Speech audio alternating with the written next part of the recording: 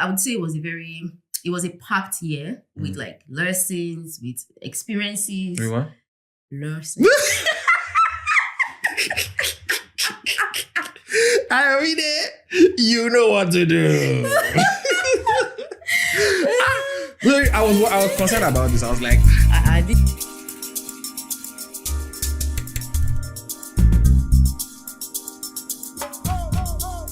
Sup, people, welcome to the Shrine podcast, bringing you bands with a side of seriousness since 2019.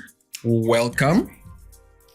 If this is your first time tuning in, this is the show where we explore our curiosities about pop culture, the human condition, technology, music, and just life in general from our lens as young adults born and raised in Nigeria. My name is Akindare, your host, and with me on the show today is... Jemima. Hi, everyone. Jemima, co-host of the Shrine podcast here. I'm so happy to be here, to be back.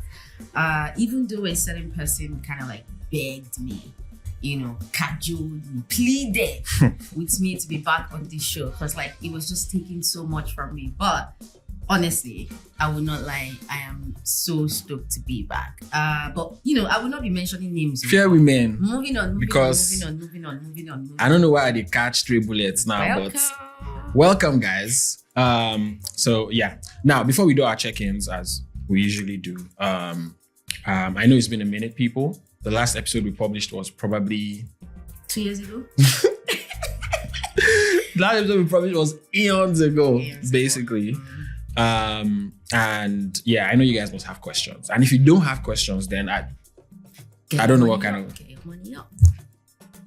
As in like they're saying we should get our money up. Because like if we're known, then they will have questions. So like your message to Fema put out into the world. That like this is, this is ginger for us to work harder.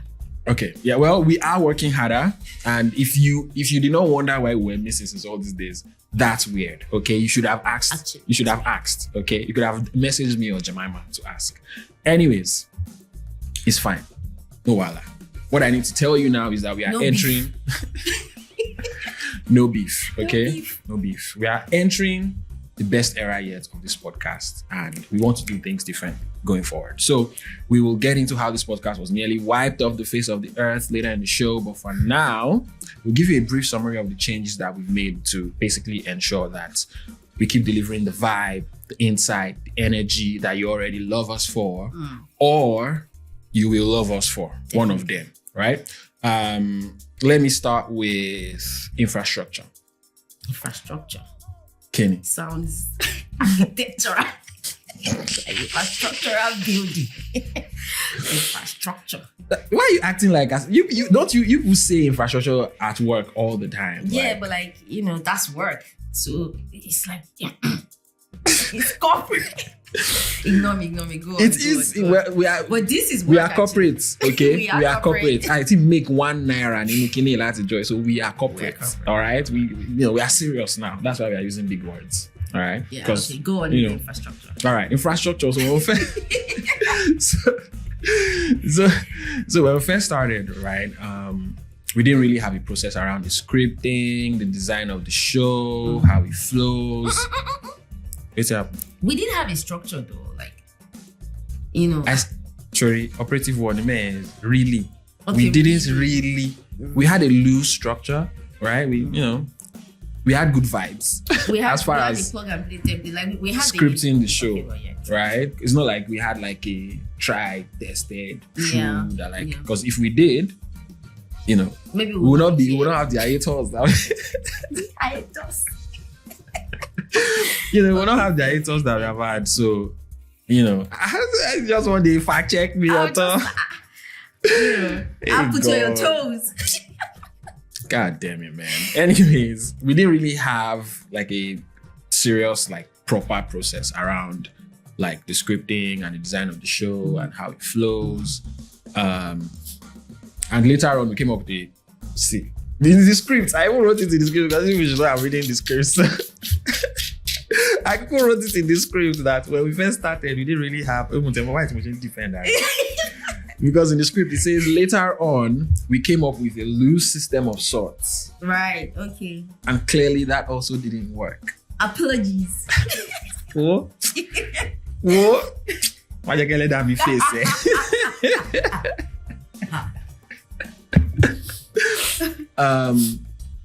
Anyways, we came up with a loose system of sorts, and clearly that also didn't work. So, now we have properly fleshed out, and we are constantly evolving our system and process that will improve the quality of the show and ultimately you guys' experience as our listeners, because we love you guys so much. You guys mean a lot. We've invested in microphones, as you can see, visuals, as you can see, audio engineering. As you can see. I for carrying like this show on, but it's here. Atibebelo. Also, Ayomide, our amazing engineer who has had our back all this time, is now fully on the team as well. So, Ayomide, your reward is in heaven. I'm just saying. It's you on go earth, there, go looking. but he's also in heaven. Yeah, that hula shit. I don't know what that comment on that. We still don't have like a fancy setup or anything because, like I said earlier, we have not made 1 naira like this, right, from this thing. So it's a huge difference what we've put together considering what we used to produce, right? Yeah. Yeah, I mean, we've developed like our recording process now, kind of like, put things together. We said, okay, this is what we want to be doing. We've invested in Riverside, to help us just have guests on the show. Because like right now, we know that, I mean, maybe we'll get to that later, but like we're in a different location now. So it's going to be harder to have like people come over when we want to have guests or like have basically like the logistics. Also the logistics of just having to record, like when you have guests, to always make it be physical is just like challenge. And we're in the digital world anyway, so we've invested in Riverside to help us have guests on the show remotely. We've also created a process for like securing guests, so you can just expect more guests. Like again, this show is about like banter with a dash of seriousness, right? So we're going to be having more guests, sharing their perspective and all of that. Another thing is we've modified like the program of the show. So each episode will have like a structure and it flowed through like different segments. I think 6 segments, right? Yeah, 6 of them. So there's the intro part. So that we worked on this. We did work on it. We are serious. You know what? I feel like I need to be honest here, right? Akindare pretty much worked on it, right? So I should actually say that because I said earlier that a certain person begged me to be here, right? Because he kind of like put everything together based on like the idea he has for the show and all of that. So let me not take your glory. I just came in at the later part. I just came in at the later part, so I keep saying we, but it's really Akindare. Moving on, so thank you. 6 parts. This is a rare occurrence, you guys. So that's why I have the reaction that I am having, because for Jemima to say something like this. The funny thing is, I'm even saying it on record. So like you can always, for those times when you say, Jemima, why are you not praising me? I could just cut them out, snippets. Add it in your playlist. So I might add it to my CV. So people can know that, right? This was said about me. You know what I'm saying? So okay. All right, calm down. Yeah, okay. So 6 parts, right? 6 segments. So 6 segments. So we have like the intro, which is what we're currently doing. It will not be usually this long. It's just because like we're just coming back after a long hiatus. And we have a lot of shalaye to do. And there's so much explaining and explanation. Yeah. Then after the intro, we will go into the how far segment, which is just if you don't know what how far means, ask just your Nigerian friends. Contact them. They'll give you the tea. They'll tell you, and that will just be a segment where we'll be talking about recent pop culture happenings, interesting things happening, the tech, music, anything recent really, right? And then after that, we go into the main portion of the show, which is the curiosity session. Yeah.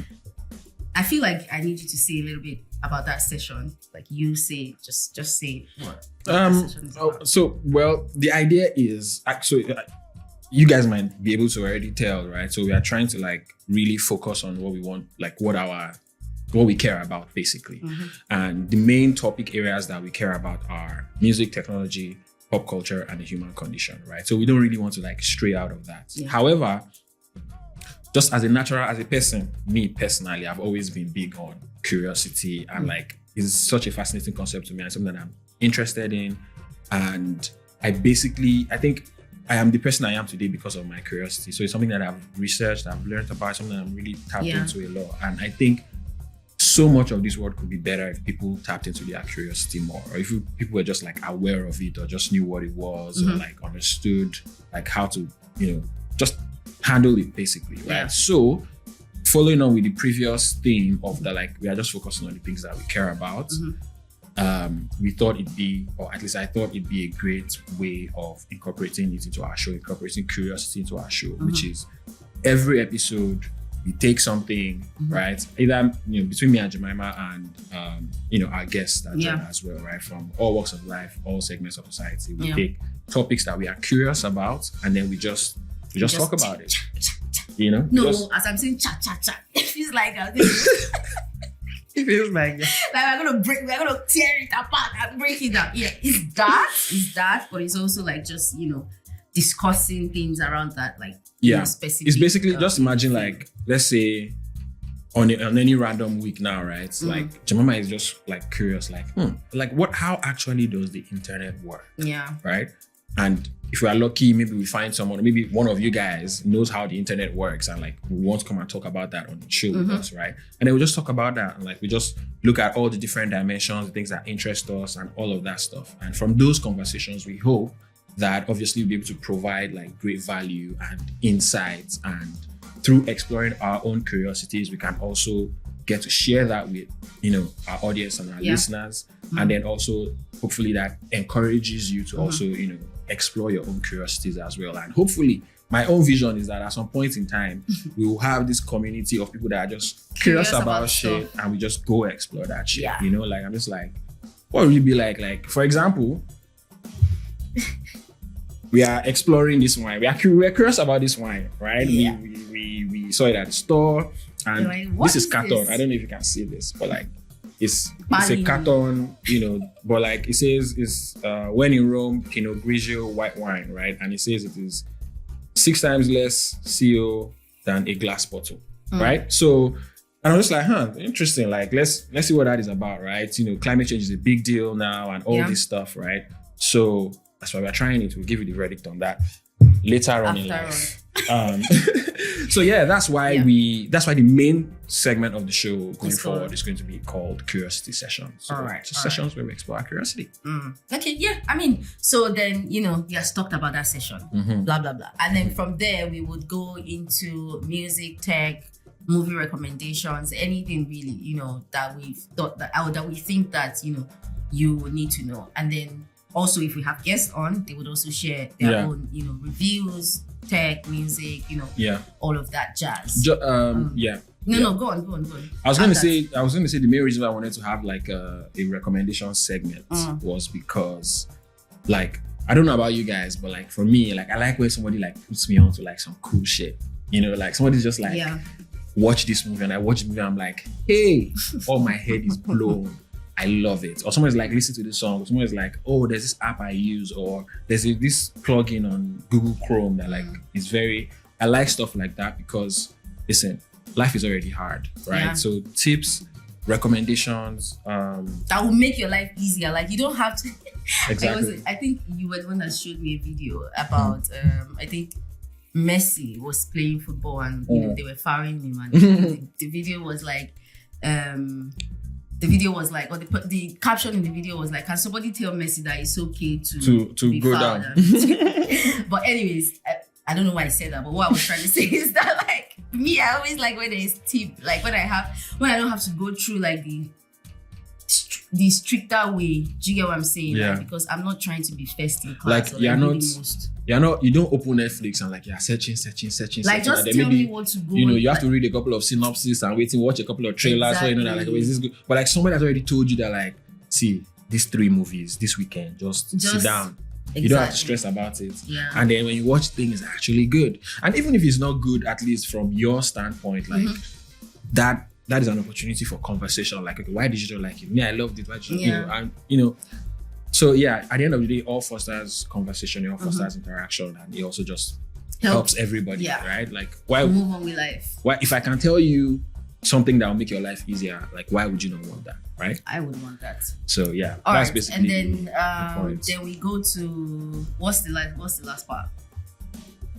We are doing this from the script. Just manage with us. Like we tried to disguise it, but nobody can remember all of this shit. Okay, all of so rusty. It's what it is. Okay, and the final part is like the village square part, which is a new segment that's been added as well, right? Yeah. So this is part of the show where we're dedicating to like feedback and commentary from like you guys, anybody that listens, anybody on the internet who is angry about something.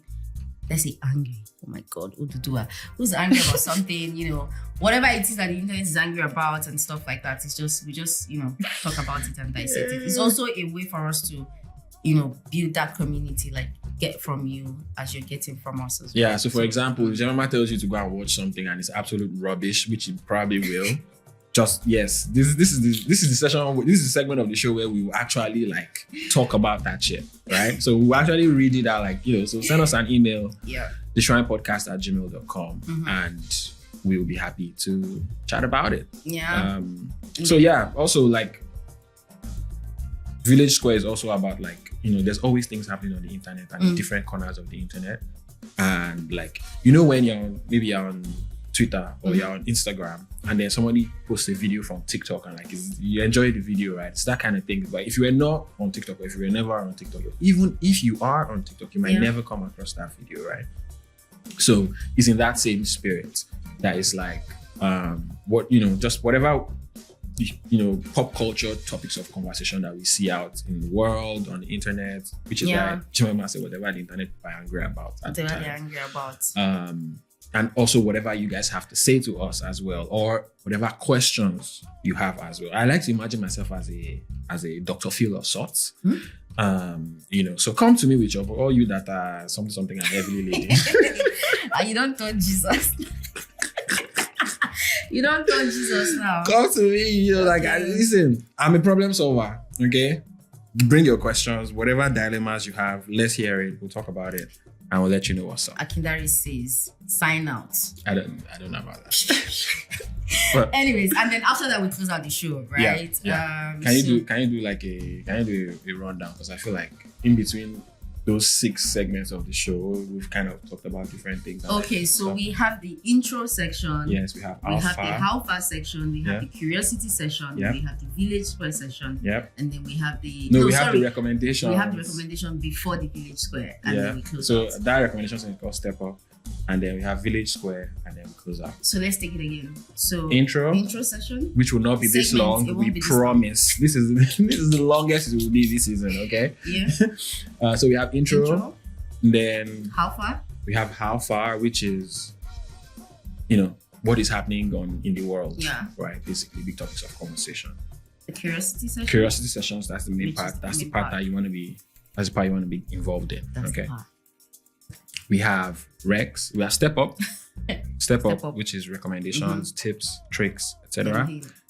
Village Square. We have Village Square, which is, like I said, it's Village Square. This is commentary. Where with feedback, commentary, whatever is crazy on the internet. Yeah. And then we close out the outro. Yeah, that's 6. it.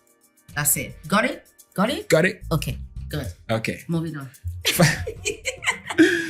Fabulous. So basically, in summary, right, we have worked really hard to bring the show back at a higher quality. Yeah.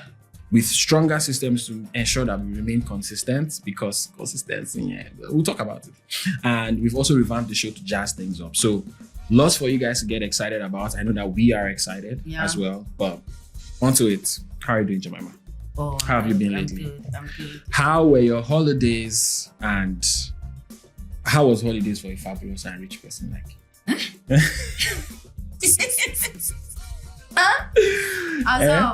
How was holidays for a rich and fabulous person? I am good. The first bit of the question. I am doing good. Thank you for asking. So you are denying fabulous and rich. Is that what you are doing now? Holiday was good. Bless the Lord. Even though there was nothing like holiday for some of us, in industries that have to do with. Let me not even go into that. But there was no holiday. Also, there was holiday because, like, obviously, like Christmas and Boxing Day had to be like, you know, holiday, and then the first. So, it was good, I would say. I'm trying to think about like anything specific that happened during this holiday that I'm like, oh my. Okay, I mean, Christmas was good. I spent Christmas with some friends. You know, obviously nobody wanted to cook, so we ordered food. Because ain't nobody trying to do that. And so, you know, we ordered food and all of that, got together, played games. Like it wasn't bad. It was a good holiday or Christmas season, right? And the New Year was also like really good. Like getting 31st going into the first was also like really good. It's like a nice conversation, you chill moment. It was perfect, I guess. So you had perfect holidays? No, I didn't have a holiday, but I had perfect moments. In the holiday, you know, general holiday. Man. Yeah. Perfect moment. Oh my God. Honestly, that period was a blur for me because I was hustling. Okay, awesome. I was fighting for my life. You know what I'm saying? But it was good. It was good. I think, I'm good. I think basically like you, I was just I would just echo basically your thoughts. Essentially, it was like there were very good moments in that period. So that's pretty much it. Because like you said, some of us did not get holidays, right? Yeah. Some of us that have small businesses and you know, things that we're trying to get off the ground, like a podcast that is, you know, properly produced and you know, step up in quality and all these things. So yeah, I spent most of December like working and like making videos and editing, learning about photography and all this stuff. So there wasn't a holiday as such like that per se. But inside, like also I wore Christmas sweater for the first time ever in my life this year. So you know, about me yolo logo, so good. You know, so there was Merry Christmas from me and mine. Yours and yours. Oh, those pictures. You know, funny enough, I always like. I feel like low-key, I'm a hater, but I'm also a lover. No, right? it's like, not. There's nothing low-key about the hater that you are. Let's don't even do that. I'm not going to stand for that on any circumstances. You know, like, what's wrong with this one? Which one is the taking picture, buying pajama, me and my beside Christmas tree? I call it. But then I was like, these pictures are cute. Like, they are cute. I'm like, fuck you guys, man. Fuck you people. God damn Merry it. Christmas from me and mine. Even those that were like just friends and, you know, I consumed a lot of those content, even though like externally I'm not, it's okay. It's only you. It's okay. But off the back of, I just wanted to do like a quick 2024 review, right? So I feel like 2024 was like it started out like a very slow year for me. You know, things were just like a bit drab, like work-wise. Generally, it was just like, you know, okay, wake up in the morning, do this and do that. But in the later part of the year, it became a bit more challenging, at least like work-wise and just like figuring things out wise as well, right? I was also turning a very ridiculous age, and I'm just like, well, not ridiculous in that sense. I mean like not ridiculous in that sense. I just mean like I was like, this is the age I'm turning now. But I was just 22, like, you know, last year or something. And all of a sudden you wake up and you're 40 years. You know? Life comes at you fast. But you know, there was just that you know, the later part of the year, just things becoming more serious and like just having clarity on some things like work-wise, getting even more challenged and stretched work-wise. And I was like, okay. Now I think I see like a pathway for at least career-wise where I want to go, and even just personal-wise, like the things that I can do now or that I need to get done now for me to be able to be the version of myself that I hope I would be, right? So I think that was how 2024 was for me. I would have loved to like made more connections, like had more friends or like just get into like just build more community. But I would say that I also try to solidify some of the friendships that I like existing friendships, right? It's back to heaven. It's back to heaven. It's back to heaven. Existing friendships. And in 2024, I traveled a lot as well. So it was a very good year. Like my passport. Yeah, anybody. That When reminds if me. you people see this woman house, actually, Emma Shaoli. Don't be I take that back, Emma Shaoli, because Emma Shaoli, you will be reducing my own. You will be reducing my but, portion. like, I was grateful for like those moments where I went to Yeah. like different. I think I went to Cyprus. I was in Portugal. Yeah, you were everywhere, man. Like, Like, I went to Kenya. I'm not gonna lie, Kenya I is- was slightly disgusted. Oh, I was sorry. like, Kenny, every day. I'm going to. But the thing is that, like- Hey, I got burned. But it's like these trips I are. don't need green passports. But yeah, just being able to go into like Yeah. go to those countries and just Yeah. see the other parts of like life, See and, the you know, world. see the world, and like Yeah. how people, you know, Also, interact with dirty your themselves. passports. Dirty my passport, God you know, damn. go through the immigration struggles of holding a green passport, even though I am not living in Nigeria at the moment, right? You know, all of those. But I would say it was a packed year with like lessons, with experiences. Wait, what? Lessons. I mean it. You know what to do. Look, I was concerned about this. I was like, The show just started. get to Now we are improve. still going to. They get to improve. Only my No. English only my I've actually improved, yeah, because I've been in the midst of you know, English people a lot these days. So Okay. I've been speaking. But clearly, Oduduwa has not left. No. It's the Hook guy me by is the chopping. neck always. But yeah, you know, that's 2024 for me. You know, Yeah. it was a good year, I would say. I did like, I think what I loved for you the most, apart from like obviously, you know, your growth at work and stuff, is just like how rapid you went from like being not as traveled to just being like, Jesus Christ, like I love it for me. Mhm. just, you know, yeah. Me, my 2024 was rubbish. It was, yeah, I'm sorry. It was. Thank you very much. Thank you. I appreciate it. 2024 was, yeah, it was not, I mean, when I say it was rubbish, like it's not like it was a 2/10 year by any means, right? But yeah, it like that was it. You know when you say things, right? I want to do this, I want to do Did you this, have I a want to do plan? Of course I had So it. I nothing always went have. according to plan in 2024. 2024, I'll say like if I had 10 plans, one was one thing, maybe 1.5 at best. That's Like, 0.10 worked out, you know. conversion rate.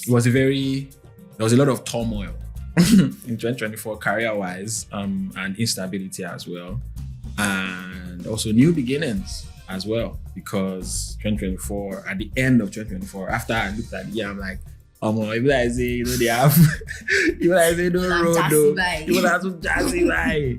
You know, I was just like, okay, like, I'm just gonna, like, do my own thing. I'm just gonna start my creative production and strategy business. Thank you. AKNLWS on XYZ. Please check it out. Check it out. Buy the market is selling. My You go there hawk am like help that me now. feed my children. You feel day traffic. Okay, maybe not, but like you could be in Lagos traffic. Yeah, and if you could see me, these you dudes just see me like this, like with my signboard, my mini signboard, like buy what I'm Buy selling. what I'm selling. Yeah, so I decided because like it's something fun fact, I first attempted this in 2017. And then I fell by the wayside because, you know, when you have trauma from fear of poverty, yeah, they do things to you sometimes. So, Yeah. You know. So yeah, I went back into 9 to 5 and all that jazz. Anyways, before I start and, you know, elongating the gist, 2024 was not so great. But I feel like there's a story in there, as in just a lesson in there, which is like you started in 2027. You've done it before 2017. I think they just It didn't work out, but then now it's 2025, right? Or 2025. It was 2024. Yeah, at the end of 2024, and 2024. then you started again. So basically, like, don't give up. You can still. Yeah. I mean, I don't know if don't give up is a lesson there. Or the fact that like you can still, like, if you start something and do it and it doesn't work, you can still do it again or try to do it again. Yeah, right? yeah. Like, don't let that discourage you, like, because you could have said, "Oh, 2017, you did it." Like, okay, maybe I don't want to do it anymore. Yeah. But you still. Yeah, That's of just the course. lesson. It was. The bigger lesson from that, I would say, is like sometimes you need to be aware of what life is pulling you to. So essentially what just happened, the reason why I'm going back to it is because it just seems like since that 2017, all the ideas or everything I wanted to do then, fast forward to now, those are still the things that I really, in my chest, in my heart, I still want to do. I want to make videos, I want to take photos, I want to work on, fun strategic projects. I want to do film, whatever else. I want to do this podcast. I want this podcast to actually be a thing. And,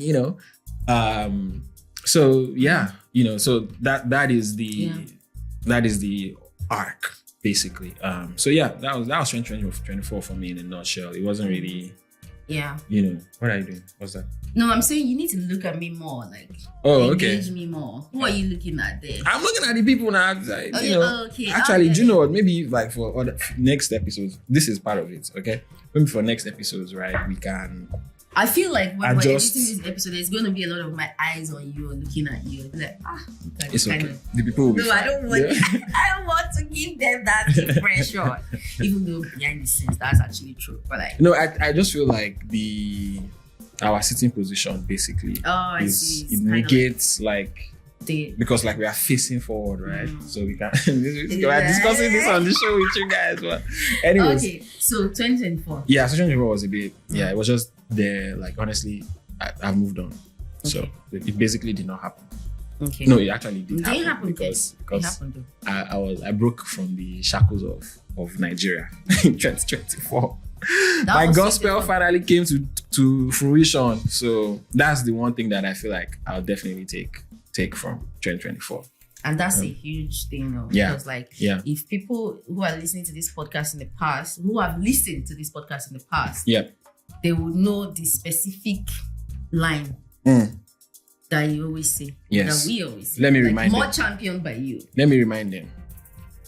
No matter who you be for Nigeria, whether you rich or poor, Nigeria be like standing fan.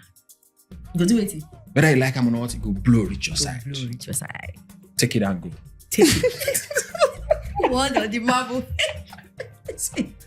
Was carve that shit into a building. Carve it. Carve it inside of a building somewhere. Okay, so that was my 2024. Okay. So what do we have on the menu today, Jem Gem? Today. Why did you say that? Was such a Yoruba woman. Today. We are talking about something very interesting, which you mentioned earlier, which is the very intriguing concept of consistency. You choke. It's a very heavy subject. Then we would talk about some recommendations, movie, tech, whatever. And then, all of that jazz. But like the main session for today, what we're talking about is consistency. Okay. Fabulous. How do we start? We have, obviously, the first segment is how far, right? So let's first check in the pulse, what's happening in the world, right? One of the big stories from December was Burna Boy and Chief Cubana Chief Priest. You know, it's like everything I know about that gist, I know against my will. Everything about that conversation against my will. Oh my God. But yeah, the thing about what's it called? Burna Boy and Cubana Chief Priest got me thinking about like Nigerian artists, like and beef, right? Like I feel like these days, right? You have the Whiskey, Davido, Burna triangle. Yeah. It's a weird triangle, but they have their thing going on, and then. But it's more Davido and Burna. Well, yeah. Is Burna and Whiskey against Davido essentially? Because Burna and Whiskey have. I don't know what it is, but they have things against, and they're always subbing each other and all that. I feel like less. I feel like it's less between Burna and David, and more. But Whiskey and David is like Ishan. They don't. Those two. They don't like each other at all. It seems like. Yeah. But anyways, it got me thinking about beef between Nigerian artists. Like we said, Burna and Co. Right. But then we also have like in the past we've had like what's it called? We had like Blackface and Two-Face, Idris Abdul Karim and everybody. Like we've had, and I don't know of any at the moment, but I imagine like during the Sonia Day, I used to be like beef. Barista, Shino Peters, the Imperial. I'm sure those they times had to there was be. no internet, so like it would be like maybe they go to party, then they'll just like this. Sonia Day. Oh my God, don't share for me. That's the only thing that they'll be talking about and they'll be spreading in parties. I feel like there would be like sort of newspaper reports. Yeah. From like archiving, start archiving. Yeah. Like, you guys should check that stuff. There's out, always please. like a gossip column. Yeah, because I saw archiving posted something one time about Lagbaja and Femi Kuti. Oh. That I think maybe it was an Amstel Malta show or some show, like they were invited for the show. And I think maybe they said Femi Kuti would like close out the show or like be the main or something like that. And Lagwaja wanted to do the show by himself. I think they didn't tell. Anyways, I don't know the real story, but basically, there was some.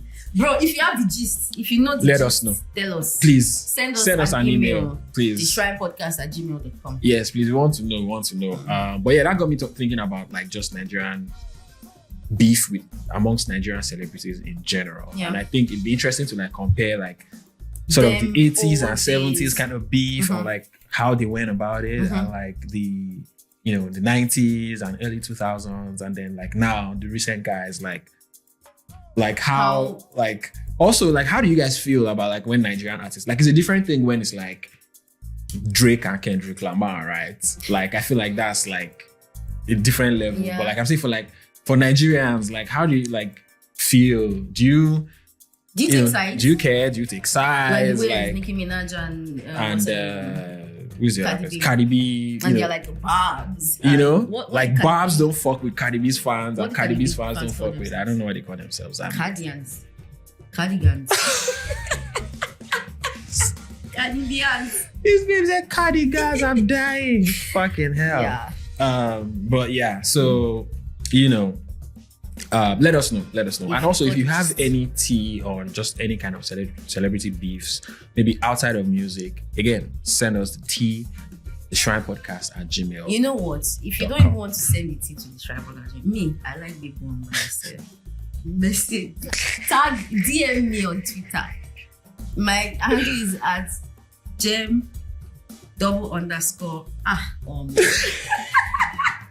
I was just really like, oh yeah. You will crumble. I was just really like, oh yeah. No, my handle is @Jemima with the _H and __.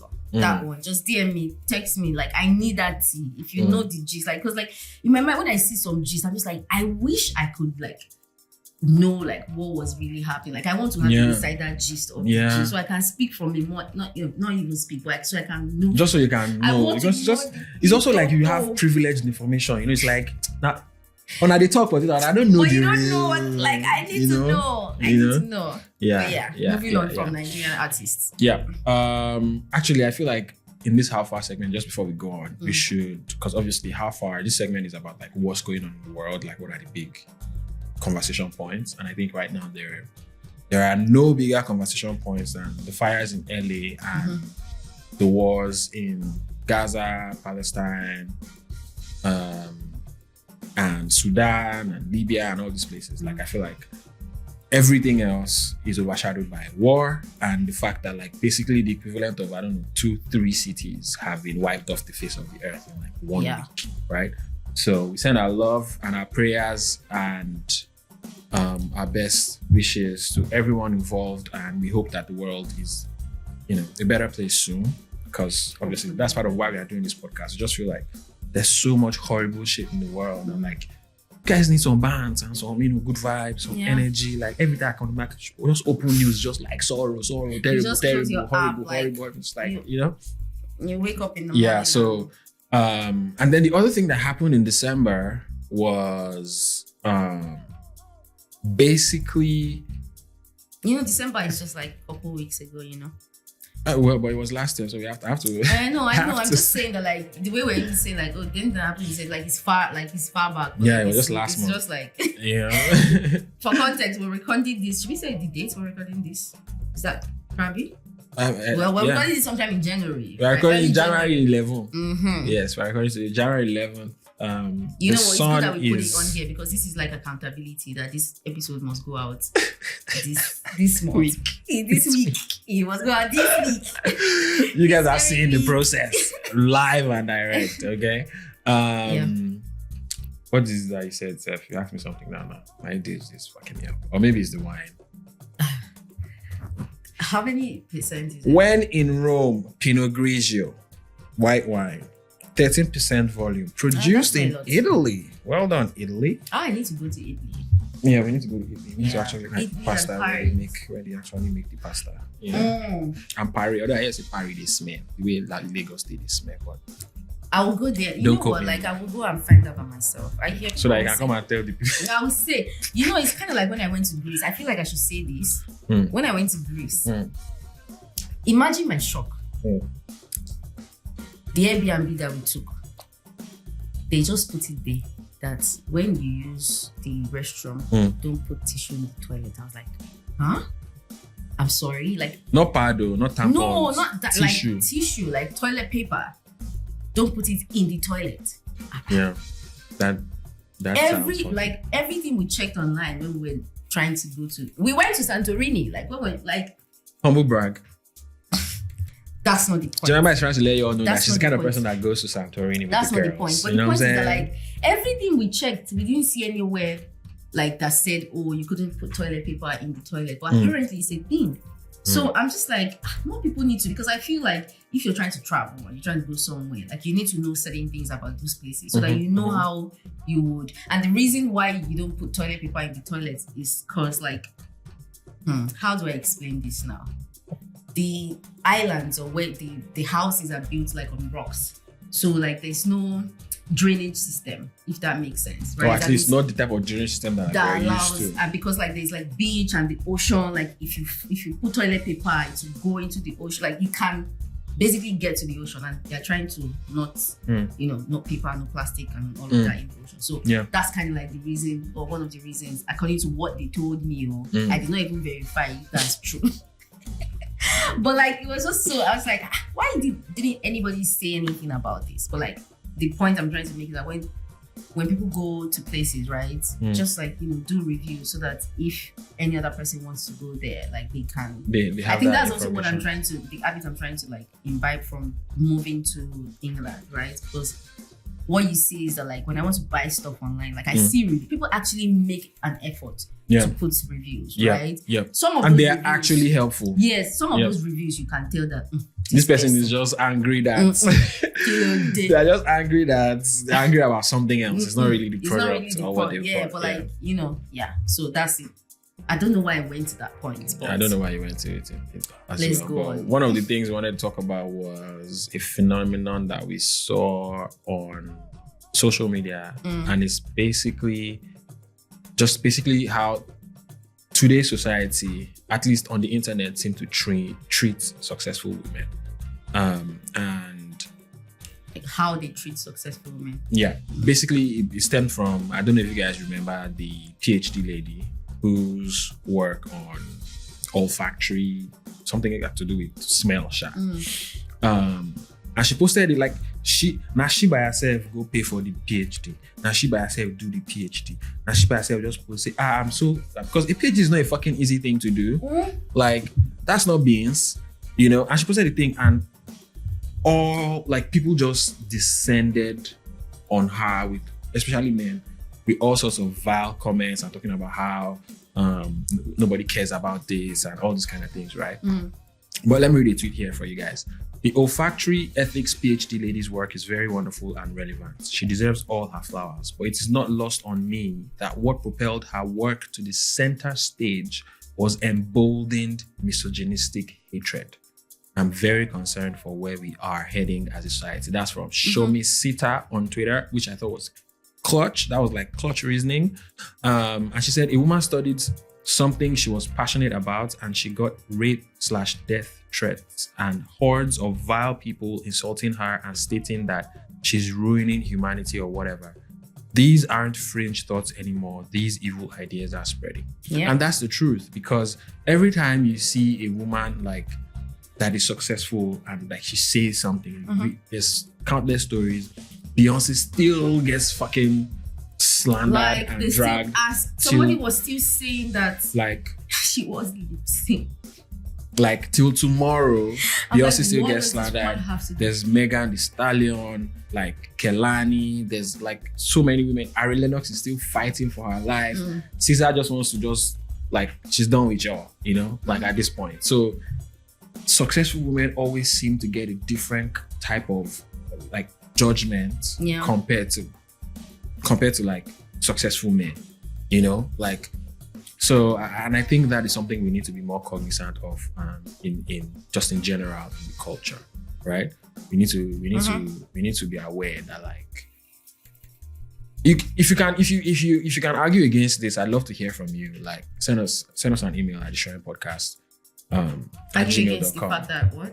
If you think that successful women are treated justifiably or fairly in the public space, at least on the internet, in today's society, I'd love to hear that.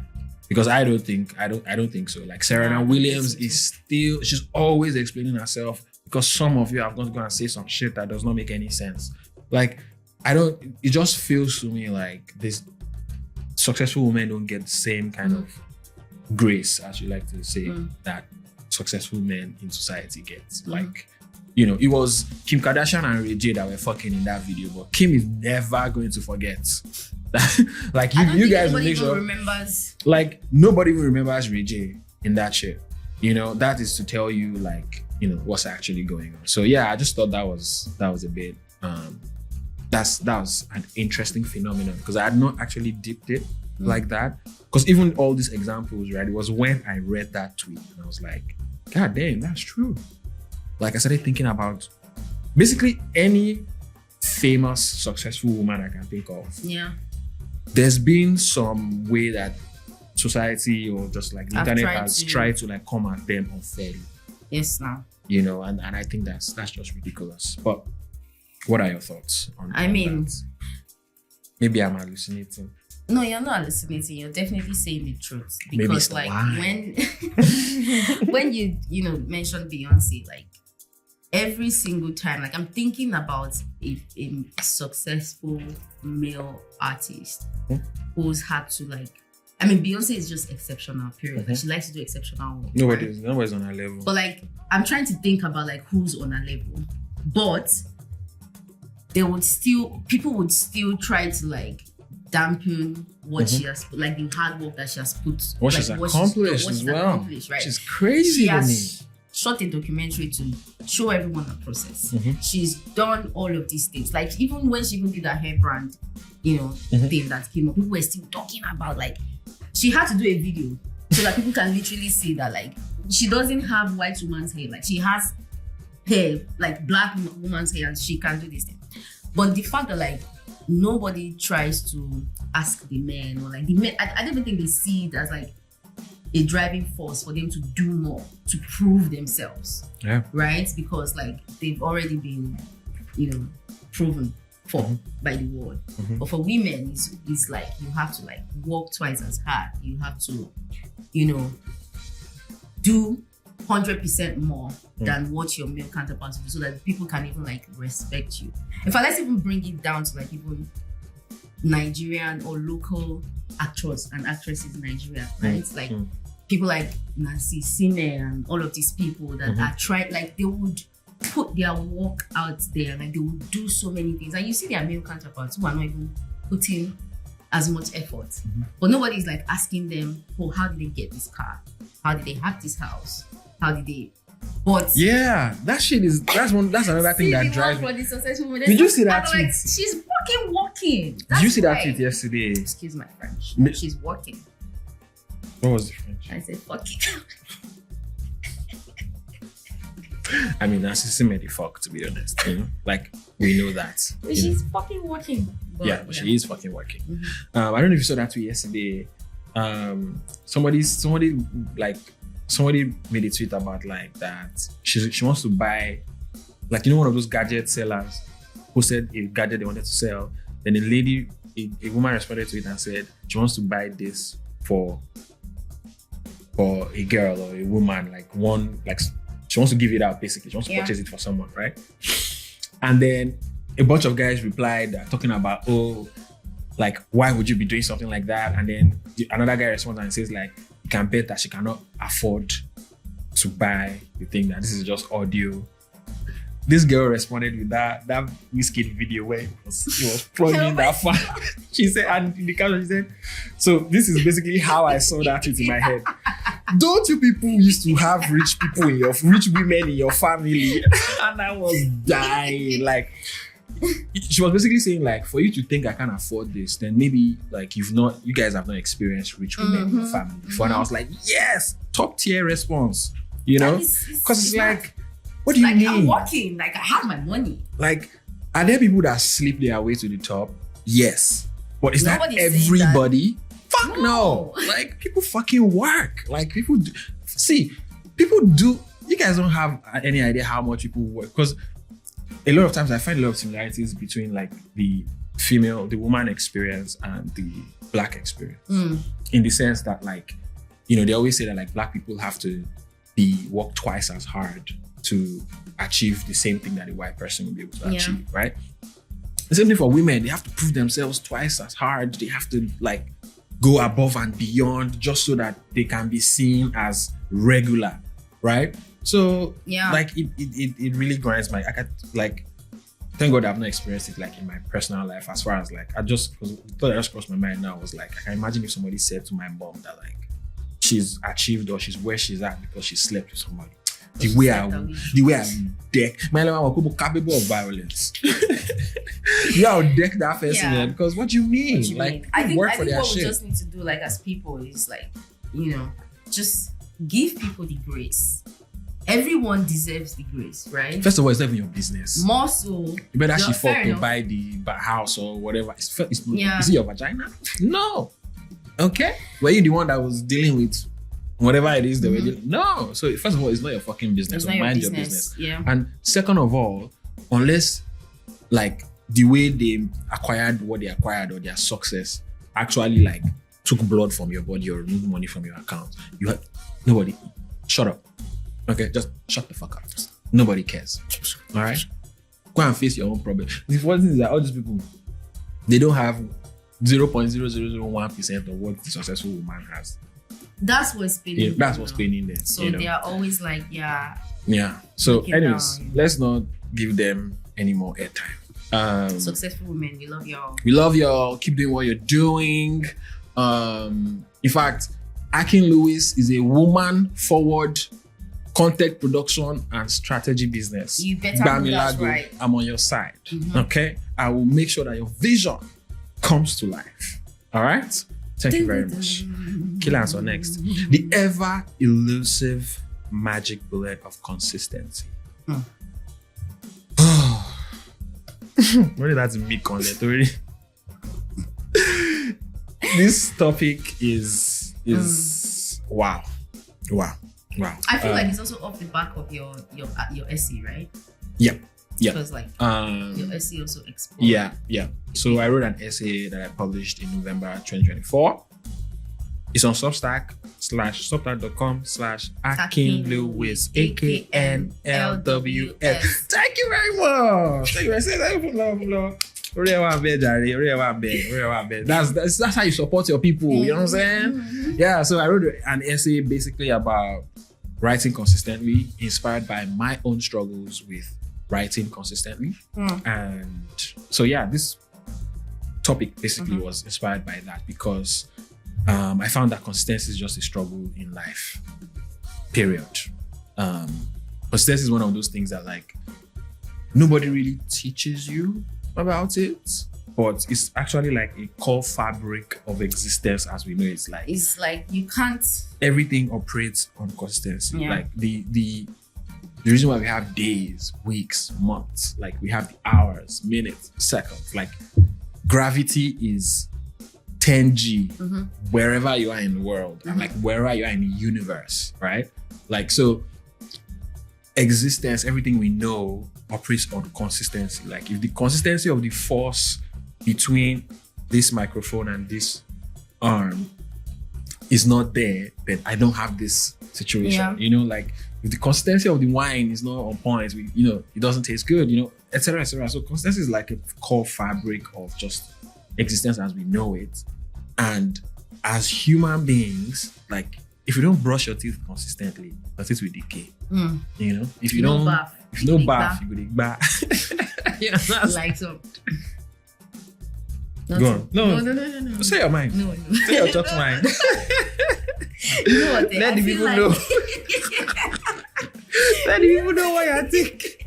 You know what? I feel like the older I get, the more like I'm trying to like see my words more, because like in the past, a younger me would not mind like saying certain things. Like, but now I feel like I have more stake. Yes, I don't know who's listening to this podcast right now. If he go be my investor, so I'm gonna be, I'll pick my words. I wish I had a Bonner podcast.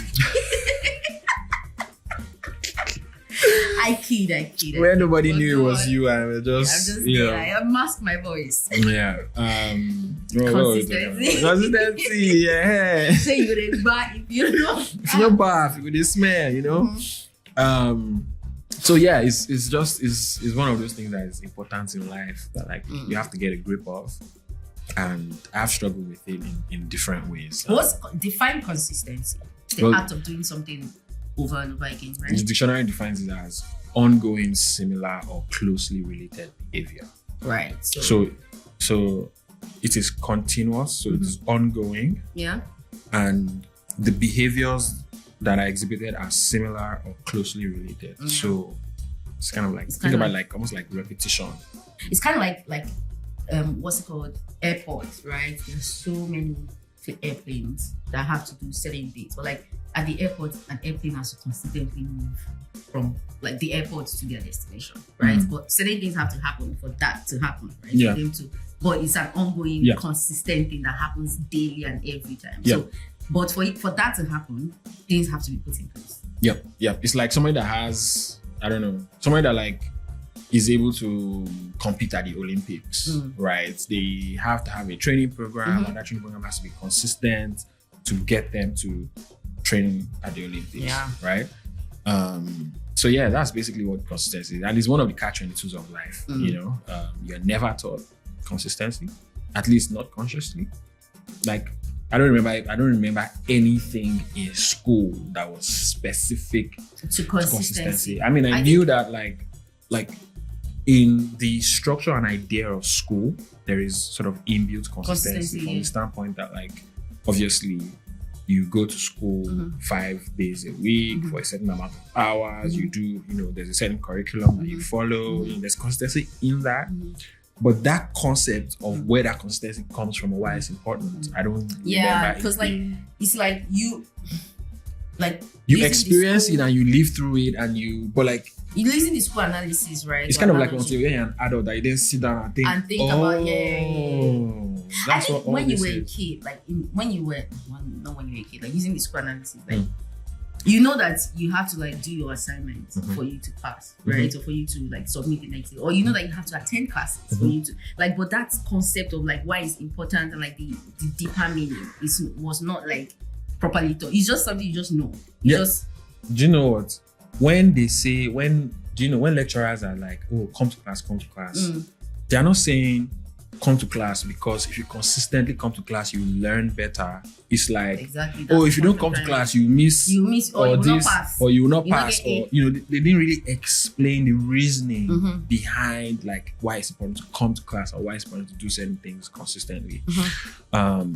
So the reason why we're talking about it today basically is just like, we are 30 plus adults now, and I feel like the older you get, the more should I say like knowledgeable or conscious of life's core principles. Like whether you like it or not, right? The older you get, you're going to have to contend with consistency.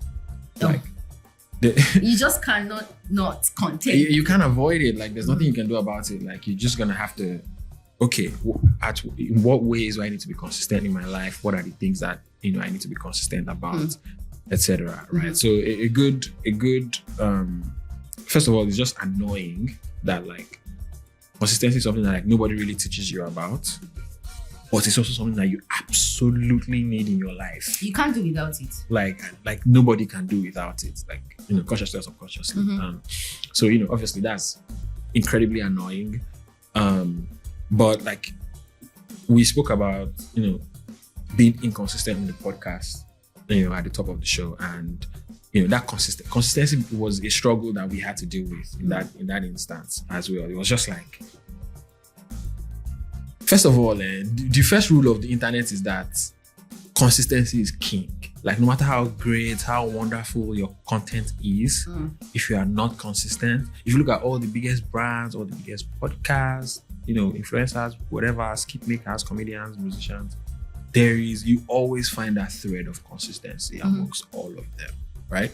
So we did not have that on lock. Yeah, I mean, I would speak personally.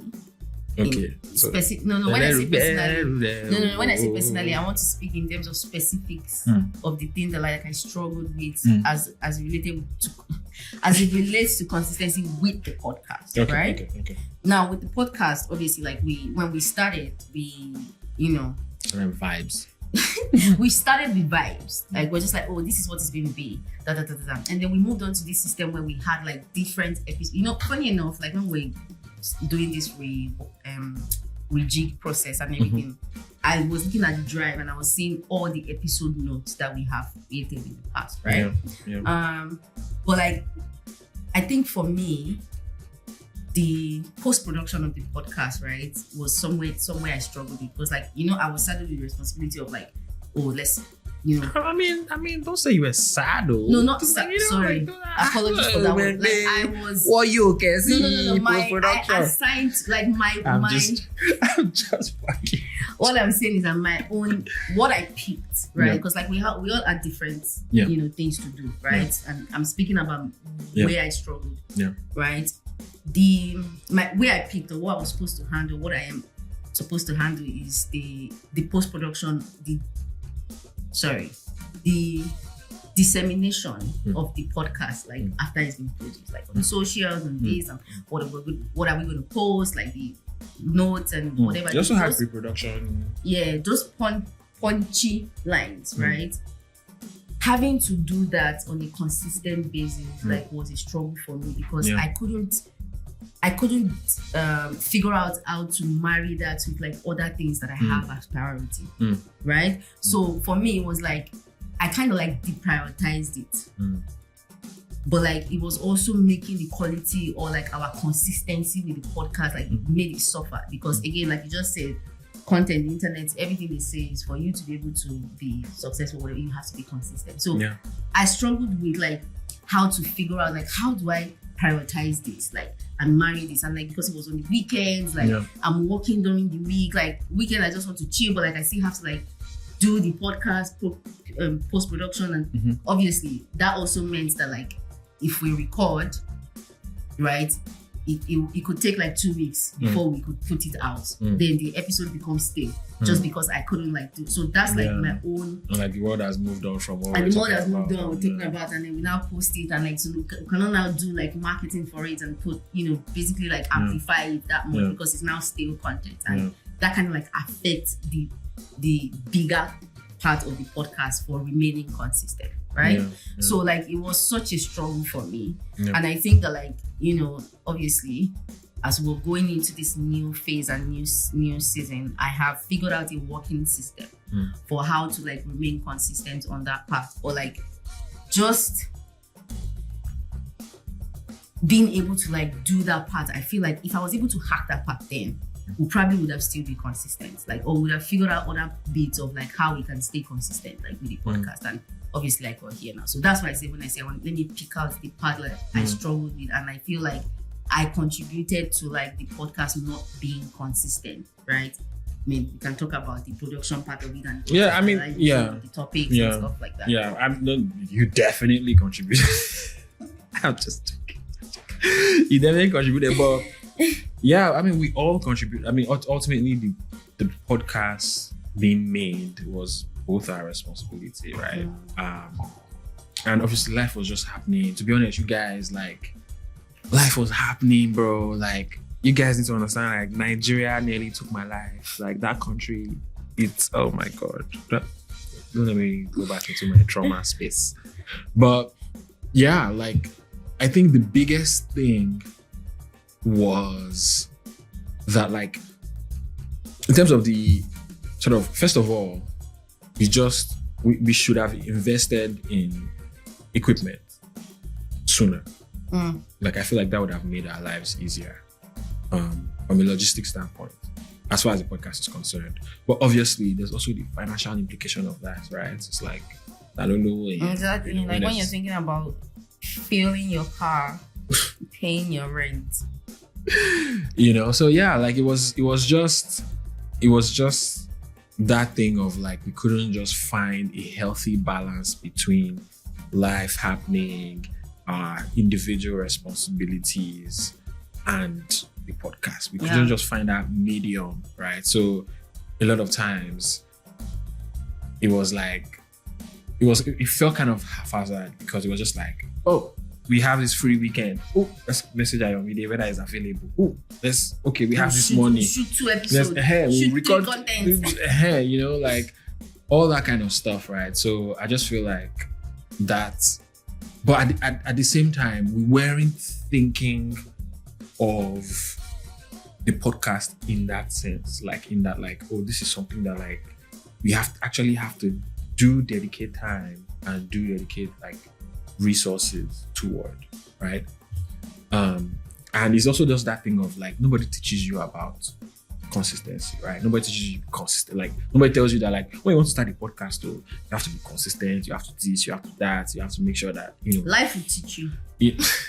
Exactly, life will teach you, and life did teach us, right? Like, life absolutely made us, you know, humbled us, right? Yeah. So what happened then was that because we were not consistent, right? Even though we had people that absolutely loved the show, people that like would always message us or like will send us like, you know, very nice messages, or even share the podcast on their profiles and all these things, we couldn't really like serve them to the best of our ability, because we always struggled with making the fucking thing, right? It was always like, you guys don't know what goes into making a podcast. Like, if you have friends that are just like, I want to do podcast, just pull them to the side, like, are you really sure? Do you really want to do this? Because, you know, like, at least if you want to do it to an appreciable qualitative standard, right? If you want to, you know, if you just want to just like, you and your friend, you're just doing what, you're just vibing, that one day, right? But you actually, it's like any other sort of media format, right? It's like writing articles, like in a media house, or if you're making videos for YouTube, like, you're going to script that shit. You're going to research what you're going to talk about.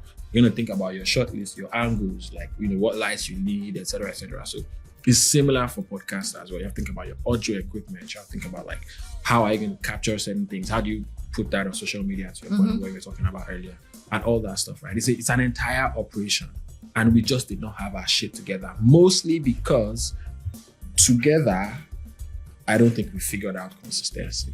At least back then. For even me, right now.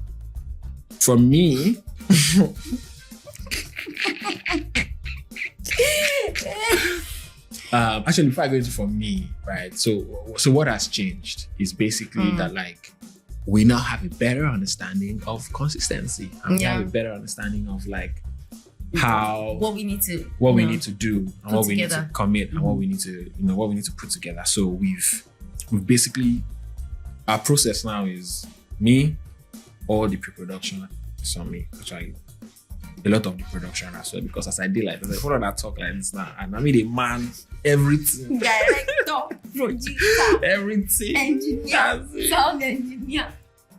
You know, so and then, you know, obviously Jemima is involved with the not post-production, but the distribution and like the content strategy for the podcast and all that stuff. And then Ayomide obviously is chopping up the videos, chopping up audio, you know, he's producing and creating the thing. Before we started recording today, for example, we had him on call, and he looked through all the like equipment, set up everything, you know, we're good, and, you know. So we're adapting to basically our conditions and like do it like whatever life throws at us now. Like if Jemima has to travel, for instance, like we have redundancies for redundancies, right? So there's a way that she can record even if we are not physically like present together. So and we have one quote I just want to read out is that somebody says at work, says you don't fail to the bigness of your goals. You fail to the is it fail or fall that you don't say? Fall, sorry. You don't fall to the level of your goals. You fall to the actually, I'll have to think about it again.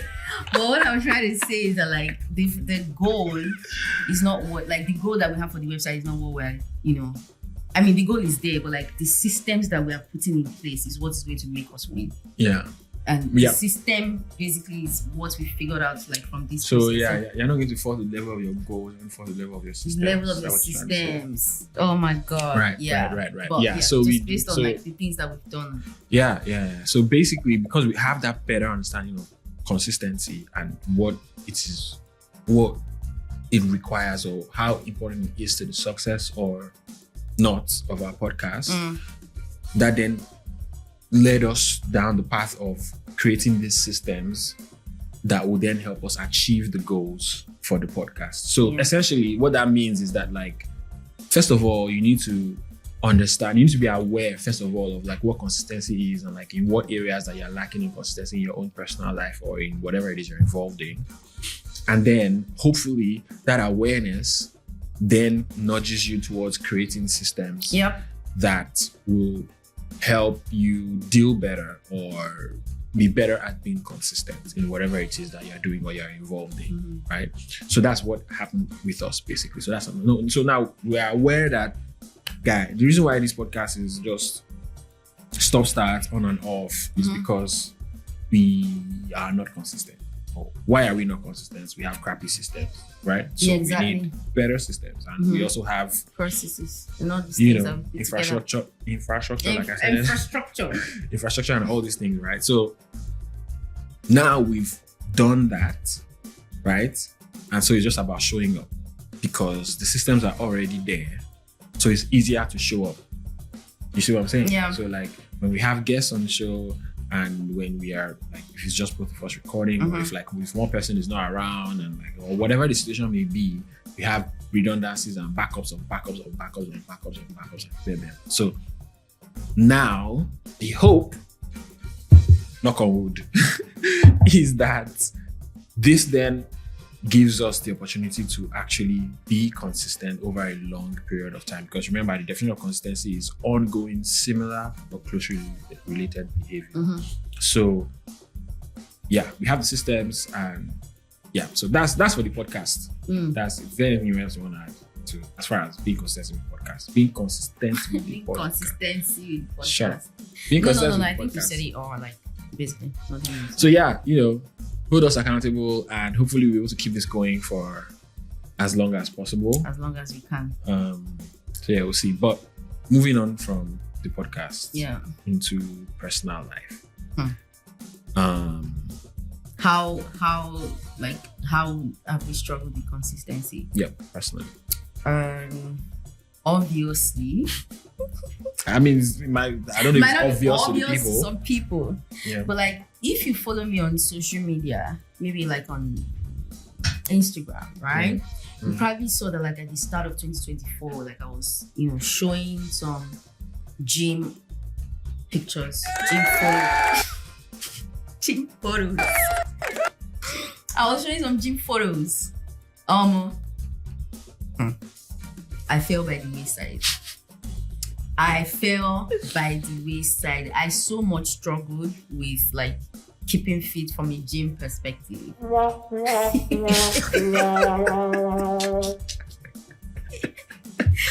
did this guy do? We have a new mixer, so I'm playing around with it. I so much fell by the wayside from like a gym perspective, and I think that like that, the understanding of this consistency now has given me more understanding. But I think I made a mistake trying to like come at it from from a strong, like from a, how do I say this now? Okay, that point you made about how nobody taught us about consistency, I went into the gym with that, right? Not that I didn't know that I had to be consistent, right? But like I didn't go into it with the steps, like the things that the baby things that I need to do. It's like tiny habits or tiny things that lead to the big results. I didn't attack it from like these steps that I needed to take. So I just went all in, and then that made me struggle with staying consistent, right, at it. Because like things will happen, like, oh, maybe I travel and then by the time I'm back, I just cannot bring myself to going back to the gym anymore. But like what I've figured out, like in hindsight and reading and everything, like what I figured out was that if I had started with like, you know, softer things, or like, you know, if I had taken it from like a more basic level, then if I travel and I come back, I would still be able to plug it in into like whatever it is I'm doing, and like I would still be able to carry on because it wouldn't feel that much of a bother to me, right? Which was how it felt, which was why I couldn't stay consistent, because I'm just like, I go to the gym 5 times a week, I have to do this and that, and you know, all of that. But obviously going into 2025 now is more from a staying healthy point of view and less of a going to the gym and lifting those weights and doing those things that I needed to do, or that I felt like I needed to do for me to be going to the gym or for me to be healthy. So that's taking it from like that base level to say, okay, if I can start by drinking water at this time, or drinking water consistently, or doing yoga every morning, or stretching every morning, and then building that muscle for me to stay consistent in that, then I can build or bake going to the gym into that system. And that way I can sort of like stay consistent. It's not going to be easy. Nobody says it's going to be easy, but it's also going to make it like, it's going to make it easier for me to stay consistent, or for me to like build that muscle to stay consistent, or be a gym person, or be going to the gym, right? So what you're saying basically is that like, to be consistent, at least in that specific respect, is that like there's value in starting small. Yeah. Like, you want to be consistent at the gym, or you want to be consistent at exercising, let's say, does not mean that like you have to go to the gym 4 times a week. Yes. And carry. Exactly. And carry like, where something that when I was going to the gym, I was seeing like, you know, these babes. Hey, God. I've seen babes like carry, like they are so fit. Like I'm always gingered, but like I was also not coming at it from a place of like, those people, they did not just start like me. Like they probably, I mean, I even chatted with one once, and she said she's been working out for 2 years. So obviously she could carry those weights and do all of these like exercises, and her form is great because she's done those things to get to that point. Me, I was trying to like take it from the top and like using that to, you know, form like a baseline for myself. But that was a wrong approach because I couldn't stay consistent. I couldn't keep on doing it. It just became incredibly hard for me to do. But like, you know, going into 2025 or like this new phase or whatever it is I'm doing now, it's like I've now tried to like create a proper process or system. I haven't created it yet in code, but like I've figured out like what I could have done better and how I could have like stayed consistent and like get to the point where I really want to get to. Because like remember, it's about, I have a goal. I have like, this is what I want to do. This is where I want to be. This is what I want to be. Like in the matter of like this month or this year, this is how much I want to be going to the gym, how much I'm drinking water. This is how I want to look. Or this is how I want to feel like physically and stay healthy. But like, I'm not going to just attack it from the middle. I'm going to do it in steps. I'm going to like ensure that my processes and my system are right for me to get to that point where I'm going. So that's for like the gym aspect, but for personal. Yeah, on that point, I think also like is important to like your small beginning might be different from somebody else's small beginning, right? So for example, like when you're saying that like going to the gym, like it just was not working for you, like that's okay. But like for somebody else, like they might actually need to go to the gym, and like they might need to go to the gym. Maybe they won't do a ton of workouts, but like they might need to go to the gym 3 times a week for it to stick. Yeah, so like basically is obviously nothing we are saying on here is prescriptive. So like you have to find your own, like the small habits that you're going to stack that will then give you that opportunity or that leverage to be more consistent the way you want to be. Is what I am saying basically. So gym is that's what you want to be consistent in this year. No, remember I said healthy. Okay, you want to be healthy. Living healthy. Okay. Healthy living. Okay. So how do you want to be? So you said you want to be drinking water. Yes, now it's about drinking water, eating right, stretching, doing yoga. I also want to pick up a hobby, maybe like just like pole dancing, something that I can like, just make me, that can give me that, what's the word I'm looking for right now? That can make me like stay healthy, right? In a fun way.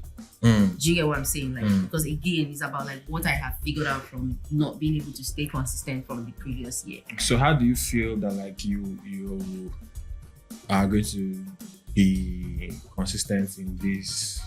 Like, because to your point earlier, right, you were saying that stay healthy or be healthy as a goal. Like that's the goal, right?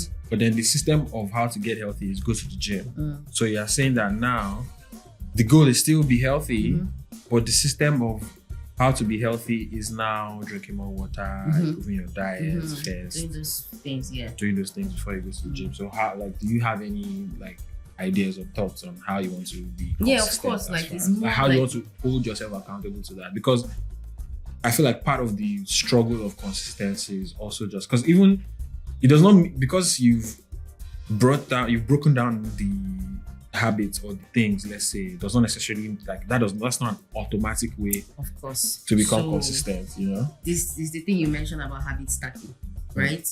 Again, I was approaching going to the gym from like it was not part of it wasn't baked into my system. Right? It wasn't baked into my plan. It wasn't baked into my morning routine, for instance. It wasn't baked into any of that, right? But with this new system now, it's like I drink water when I eat, right? So it's like, okay, wake up, brush your teeth, drink water. Like, so literally, when I wake up, I brush my teeth anyways, and then I go downstairs to start working. So it's like, I'm just adding into the list of things that I already do. So you're attaching the behavior that you want to be consistent at to things that you are already consistent which is habit stacking, which is one of the things I even wanted to recommend. I put it there in my recommendation, like, because I read articles about it. I'm just like, this makes sense, because like I was coming at it from something different. Where did you see that? It was on this podcast now. It's part of reading research that you did, right? Yeah.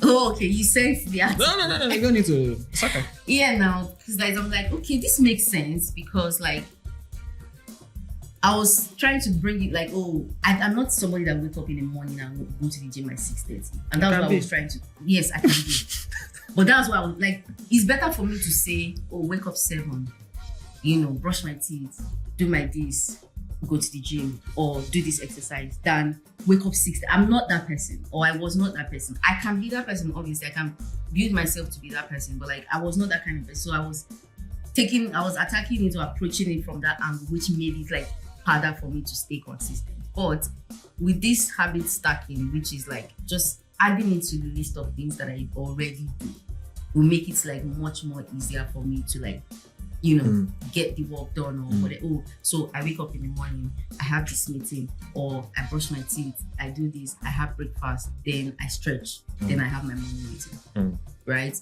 Where would I be? Wake up, brush my teeth, eat, get into my meeting, right? So I'm just like adding that extra bit of habit into my already existing system, so that can help me stay consistent. That way I can like hold myself accountable to it, because then in my head I'll be like, something is missing. I'm supposed to have done something that I haven't done.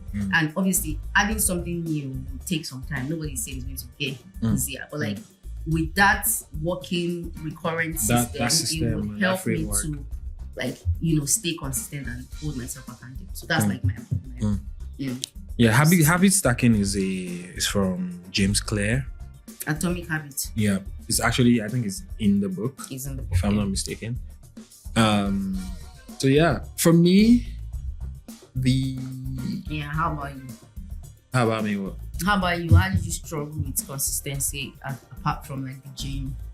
Why do you say apart from like? Sorry, the apart gym? from the podcast. Sorry. I mean, the people know that I've been fucking it up in the say, gym, but you know. Now you are the used to. I beg you. No, so inspiration. I'm not gonna lie to you. I think right now, gym and my relationship, I think, are the only things where consistency exists in my life right now. Like where I feel like I have a good handle on it. You know, like I got it. You know, like that does not mean by any means that I go into the gym. You know what? Let me just address this now. I feel like a lot of people on Instagram always message me and always talking about how, like, you know, they're so impressed and like the way I'm consistent, and you know, it's so. Thank you so much. I appreciate it. Please don't stop telling me that. But I also need you guys to know that like there's nothing easy about it. It's not like it comes to me easy to just wake up in the morning and just fucking go to the gym. Like no, I want to be in my house. Like, you know, do something else. Maybe smoking go or something else. You know, so it doesn't come to me easy. A lot of times, like I have to psych, and it's like a battle between myself. You have to like, no, you have to. It's also along the lines of habit stacking. What you were saying, right? It's just like, okay, I'm just gonna pick days in the week that I'm gonna go to the gym, and then, in fact, sometimes I will pick out my gym shorts and whatever the night before, just so that like it's less of a barrier when I wake up and I'm like debating with myself, like, do you really need to go? Like, you don't go one day, nobody will die, you know. And then so it's a whole process. Some days in the mornings I might be ready by like, let's say 7:30, like I'm dressed every day. But like, I might not leave the house till like 9:30 because, like, you know, I mean, I have ADHD and I have some mental situations, so it's like I need to, you know. So it's what, your mental challenge? I'm mentally challenged. I just say so myself. You know, it's not easy, but we bless the Lord that we are not. It's not debilitating. Let me not abuse your camera. Understand? Before people think I'm not. When they say Jemima. So you know, yeah, it's yeah. So gym. Yes, but like, you know, like we said earlier, like, right, like the reason why I'm talking about consistency is because I've not, over the past maybe 5-6 years, in terms of writing personally for like what I want to write, not for my job, right? There's been zero consistency. No, work in my life is the only consistent. Work and my relationship as well. Zero. In fact, the relationship is debatable. But work, you can always find me there. I will be there no matter what. Yeah, Jemima, work. Yeah. So for me, it's just gym and my relationship. Yeah, but everything else. So part of like this year and the later part of last year was trying to be more consistent at self-publishing. So the things that I want to write. So for example, and I'm making good progress on this. I'll have you people know, right? First of all, I publish one essay. In fact, as I'm speaking to you right now, the second essay, what if Gina? She understand? And I have another one again. I want to follow. It's going to come out when this podcast come out. Okay, spill some tea. You know what I'm saying? So, So I'm in the process in terms of what I'm good at being consistent at, like on a like personal, individual, just me level. I'll say, as far as my self-awareness journey is concerned, I think I have some consistency there. As far as gym is concerned, I think I have. When I say gym, I mean working out. Some sort of exercise. Because sometimes I don't go to the gym, I do the shit at home. You know, there's a lot of HIIT, this thing on YouTube. Oh my God. Those girls will nearly kill you. They'll nearly take your life. Okay, do this at your own risk. Oh my God. Maybe that trainer cover me because I don't stay consistent. Oh my Lord. It was so intense. Yeah, so sometimes I do it at home. Sometimes I don't even like do any kind of workout. I just do a long ass walk, right? So that consistency, good. Yeah, we are doing well there. It's not, 100 over 100. Some days I struggle. Some days, But how do you deal with those days where you struggle? I just give myself grace. I try. I'm trying to be better at giving myself grace. I've always been the kind of person that like I'm always so for lack of a better word, judgmental of my own. I'm critical. Not judgmental. Critical of myself. Like, I would literally be like, this guy did forgot. Why you do this thing? You're a dead guy. Well, you're supposed to, But I've been learning, especially in last year, I've been learning to just be like, I do not go 1 day or I don't go 2 days. It's not the end of the world. Like, as long as I don't then make that new incidence the norm, and then I stop going. Right? Yeah, which was what I did. So it's like I saw a video that I think the LinkedIn page, I don't know if it's on Instagram or somewhere, they posted it and they were doing an interview with someone and she was talking about how she gives herself 5 failures every day. 5 failures every day. Okay. So she feels at something, number 1, it's still a great day. She feels at another thing, or maybe the same thing, number 2, still a fantastic day. Number 3, number 4, number 5, still a great day. Number 6, okay, the day is shit. This is a bad day. This is a terrible day. So she does not allow herself have a bad day until post 5 failures, right? Which I thought was very interesting, and I thought it's a very nice framework for giving yourself grace.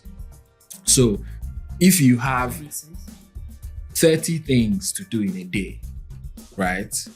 You have to fail at a minimum of 5 of them before it's a bad day. You know what I'm saying? Mm-hmm. So like, I feel like that really makes sense. So that's part of things that I'm trying to practice. Just giving myself grace, like when I struggle with being consistent or with anything else. And you really kind of, beyond consistency, you really kind of have to practice or learn how to give yourself grace in general, because life is hard, man. And being super critical of ourselves, a lot of times can be more detrimental than helpful, Mm-hmm. So on those days when I struggle, sometimes I blame somebody else. I just be other than yourself. Yes. Sometimes I'll be like, it's this person's fault. They came to come and take me out yesterday. That's why. It's them. Or they made me drink alcohol. They made me drink alcohol, Jemima, you were the one. This one is a bad influence. This one? Oh my God. You did not own it. I like Nikoshi. This one is a terrible influence. Say, I like Nikoshi. That means like you don't want to do the thing before. Then somebody now brought something and now made you not want to do this. You're like, okay. That's it. You didn't want to do it before. But yeah, so I do be bad influence sometimes. No, I know not that. Jemima is a terrible influence, you guys. Like anything unhealthy, untoward, you will see her. She will be she'll be like, do it. The way I see this life is only one life. YOLO. Do it. Always do it. I'm like, why that devil. On your shoulder, just whispering in your ear, just like Jemima will do shit like, oh, let's wake up in the morning and do shots. I'm like, what? Jesus is not even up yet. You want to start doing shots? What the fuck is wrong with you? But yeah. So yeah, I try to give myself grace when I struggle with consistency. But at the same time, I also try to be honest with myself.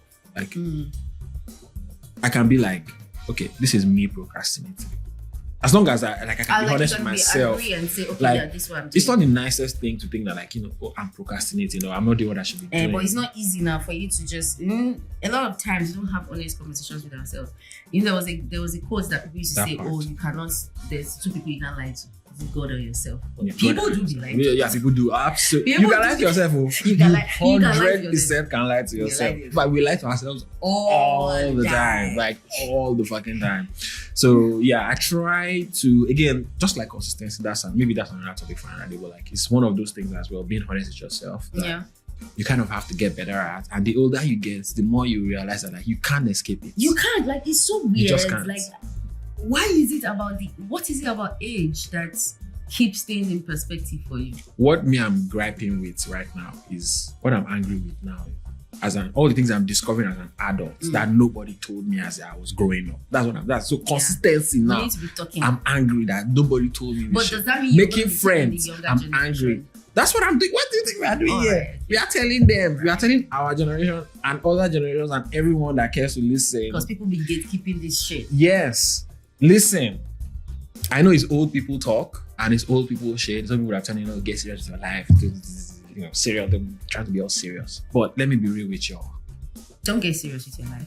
Don't get serious with your life. get serious with being consistent. Get serious with learning, figuring out how to make friends. It does not get any easier to make friends as an adult. Let me just tell you now. What's the other thing that we said again? There was something we said just now that I forgot. But curiosity, you need to engage your curiosity as well. Like basically just if you are under 30 years old, right? Take everything we talk about on this podcast as things that you should seriously consider, because we are, like we said, like I'm mad that like a lot of things I'm struggling with now as an adult, like nobody really, like there was no education of this growing up, you know. And I don't know if this is different in other countries and in other cultures. Probably. Like in Japan, for example, that they like allow kids that are 5 years old to like walk however many miles to go to the grocery store. Yeah. There's no telling how that trains those kids to be like independent, and not only independent in act or in behavior, but independent in thought as well, to, critical thinking, etc. Even their decision making, like I didn't get any of that, like, growing up. So a lot of us didn't. A lot of these adult issues that we talk about on these shows are basically young adults. We are young adults, but there's the adults inside. So, So yeah, that's basically it.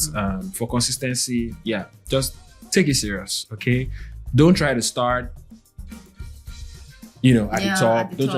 Don't try to overdo, basically. Break it down into the smallest achievable thing and just try to do that smallest achievable thing over and over and over consistently. Once you get that, then you can add another layer. Once you get that, add another layer. Once you get that, and so on and so forth. So I wanted to read out something I saw about just habits and the concept of thinking small and starting small and then thinking big. And it says like the concept of tiny habits revolves around starting small, manageable actions that are easy to integrate into your daily routine. These micro changes are more likely to be ingrained in your behavior over time, setting the stage for larger, more impactful habits. Consistency is key. Consistency is the bedrock of habit formation. By repeating a behavior regularly, you reinforce neural pathways in your brain, making the action more automatic. Aim for small, consistent effort rather than sporadic, intense burst of activity. And that stood out to me because that's what I was trying to do with gym. I wanted to be sporadic. I wanted to let me get there, carry this weight and all of that. I wasn't doing badly, to be fair, right? But I just could not keep at it because I had not built those tiny habits to make me stay. The tiny habits that will make that action easier to repeat. Exactly. So that's it. I was like, okay, this is it. And I'm like, based off of this and like the system I built together and what I'm thinking, I just need to also be honest with myself and keep myself accountable and say, if it matters to me that much, then I will do it. And even on a more personal level, a lot of things that I do, right?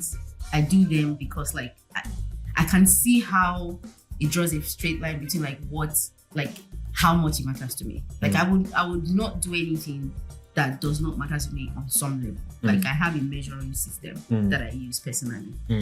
If that thing I'm doing does not get to that measuring system, it does not affect me. That means I don't care about it, and I'll just put it by the wayside. So I'm trying to use that measuring system more and figuring out, okay, what does this thing mean to me? How is it important to me? How is it going to impact my life or the person I'm engaging with or whatever it is? And then through that, I'm able to, do bigger things or even be more consistent than what I want to do, get the desired outcome that I want from this specific thing. So long story short, that makes sense. Stay consistent. It's not going to be easy. Do the little things. Do the little things.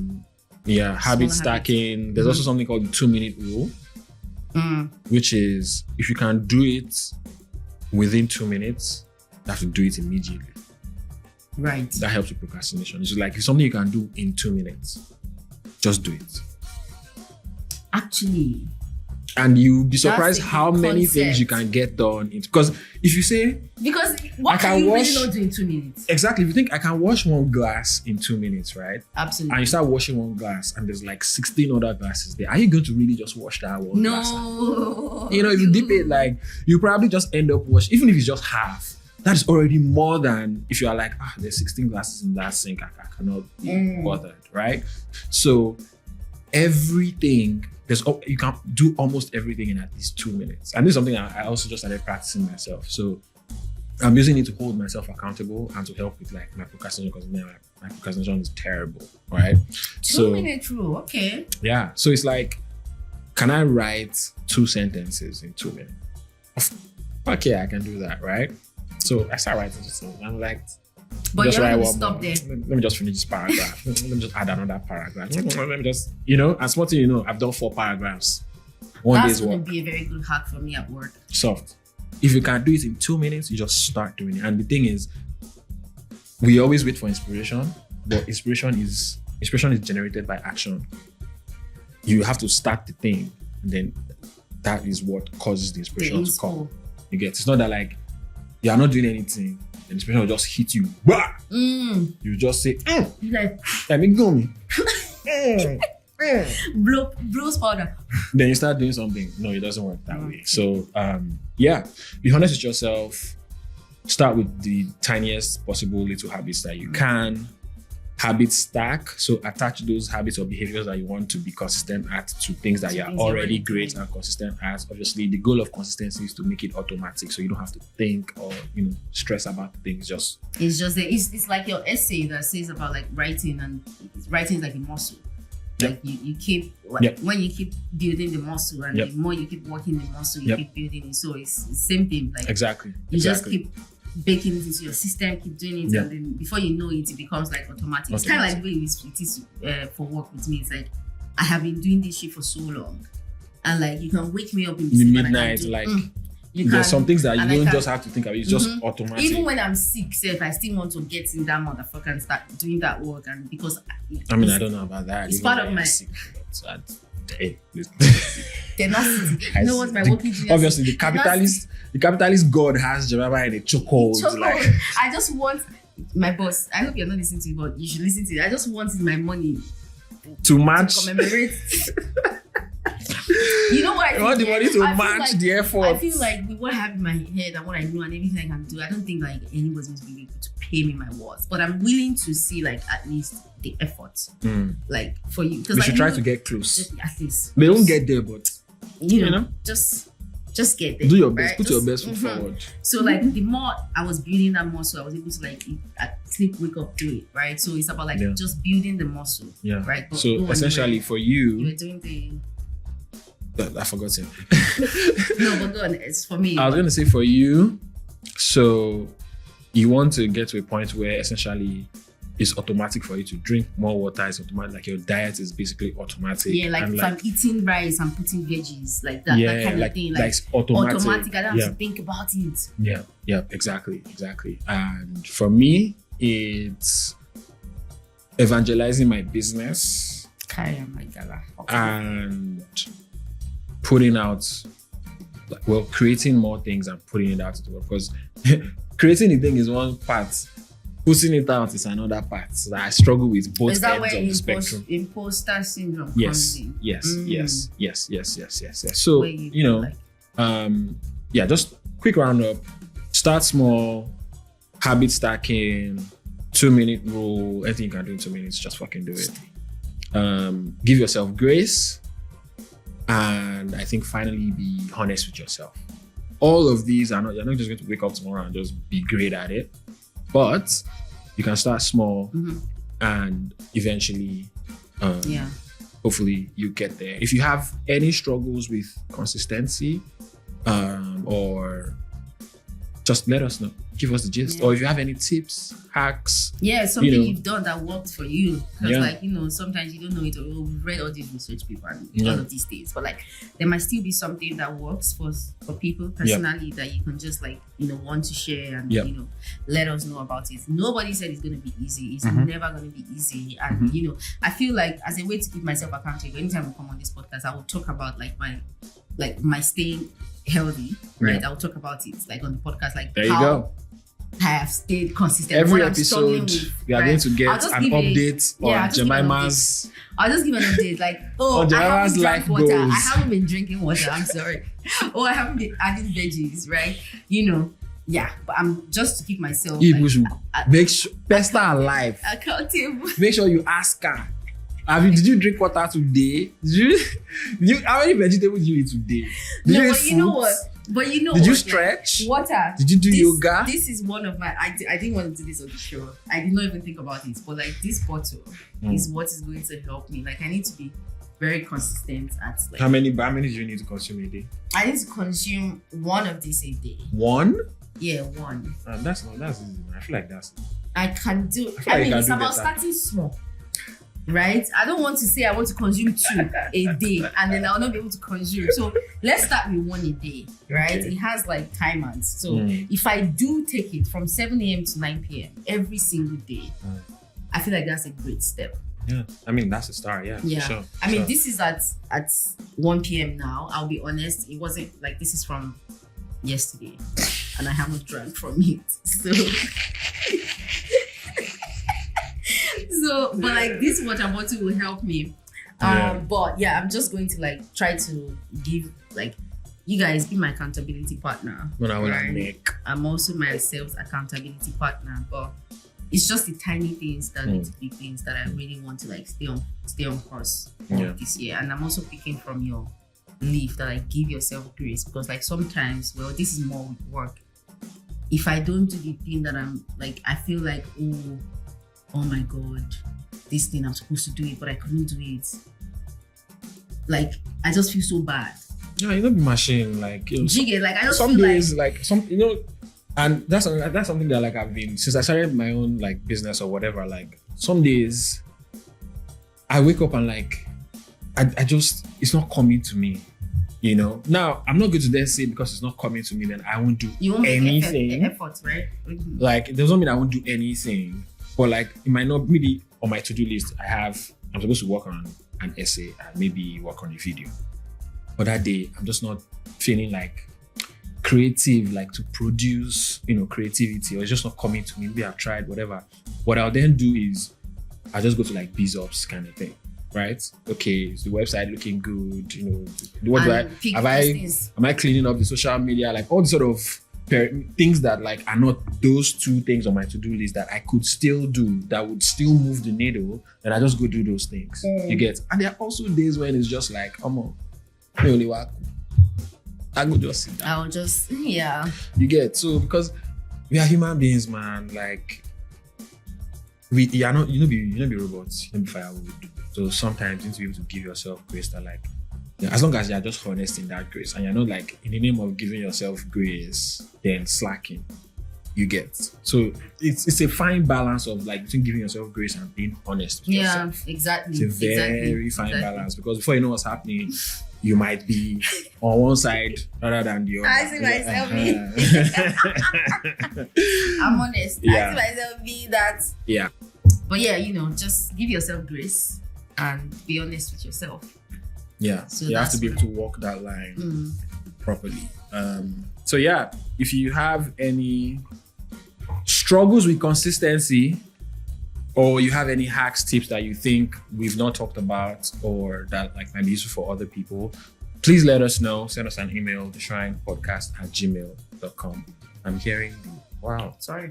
You will see. Look at. I didn't want to do it. Look at. Look at. It was a mistake. Can you see the difference? It was a mistake. Sorry. Don't be angry. Okay, so yeah. All right. Where are we at next? I think we have flogged the consistency issue to death. So we are moving into step up now. Right? Right, yeah. Okay, so let me go first. Why? Why? I don't get anything. Oh yeah, no. Right. Step up. One music moving, we are starting 2025 with. I don't know about that one, no. Just give your recommendations, guy. Okay. What are you? Let's cut that part. What are you giving the people? All right, to my step up recommendation. Music. Joy is coming. Joy is coming. I don't know that, like, of course. Joy is coming. I feel like this is. Joy I feel like is this is. I feel like this should not qualify because shouldn't like it's a qualify, fairly right? popular song. It's Like very how are you going to popular. recommend a fairly popular song to people? Okay, Like, come so on, Jam. all right, cool. Come on, Jam. Okay, backtrack. Do Step better. Up recommendation. I don't Okay. have any song recommendation.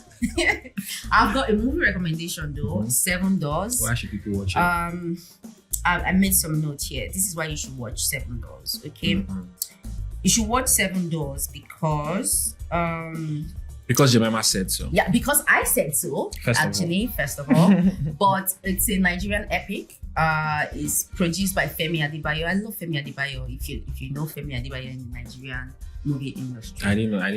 Know that. I didn't know Jemima but loved it was Femi released Adebayo. on December 13th, 2024. Actually, you know what? You say this English where I want to talk. Okay, come in. It's Femi Adebayo's debut. But it's supposed to be debutorial. Like debutorial director. Is debutorial good? Is His it directorial debut. Let's take it back. I said Oh my days! She said he's debutorial director. It is Femi Adebayo's directorial debut. Debut. Right? There you go. It has like Chioma Chukwuka. If you know Chioma Chukwuka, she's a very good actor.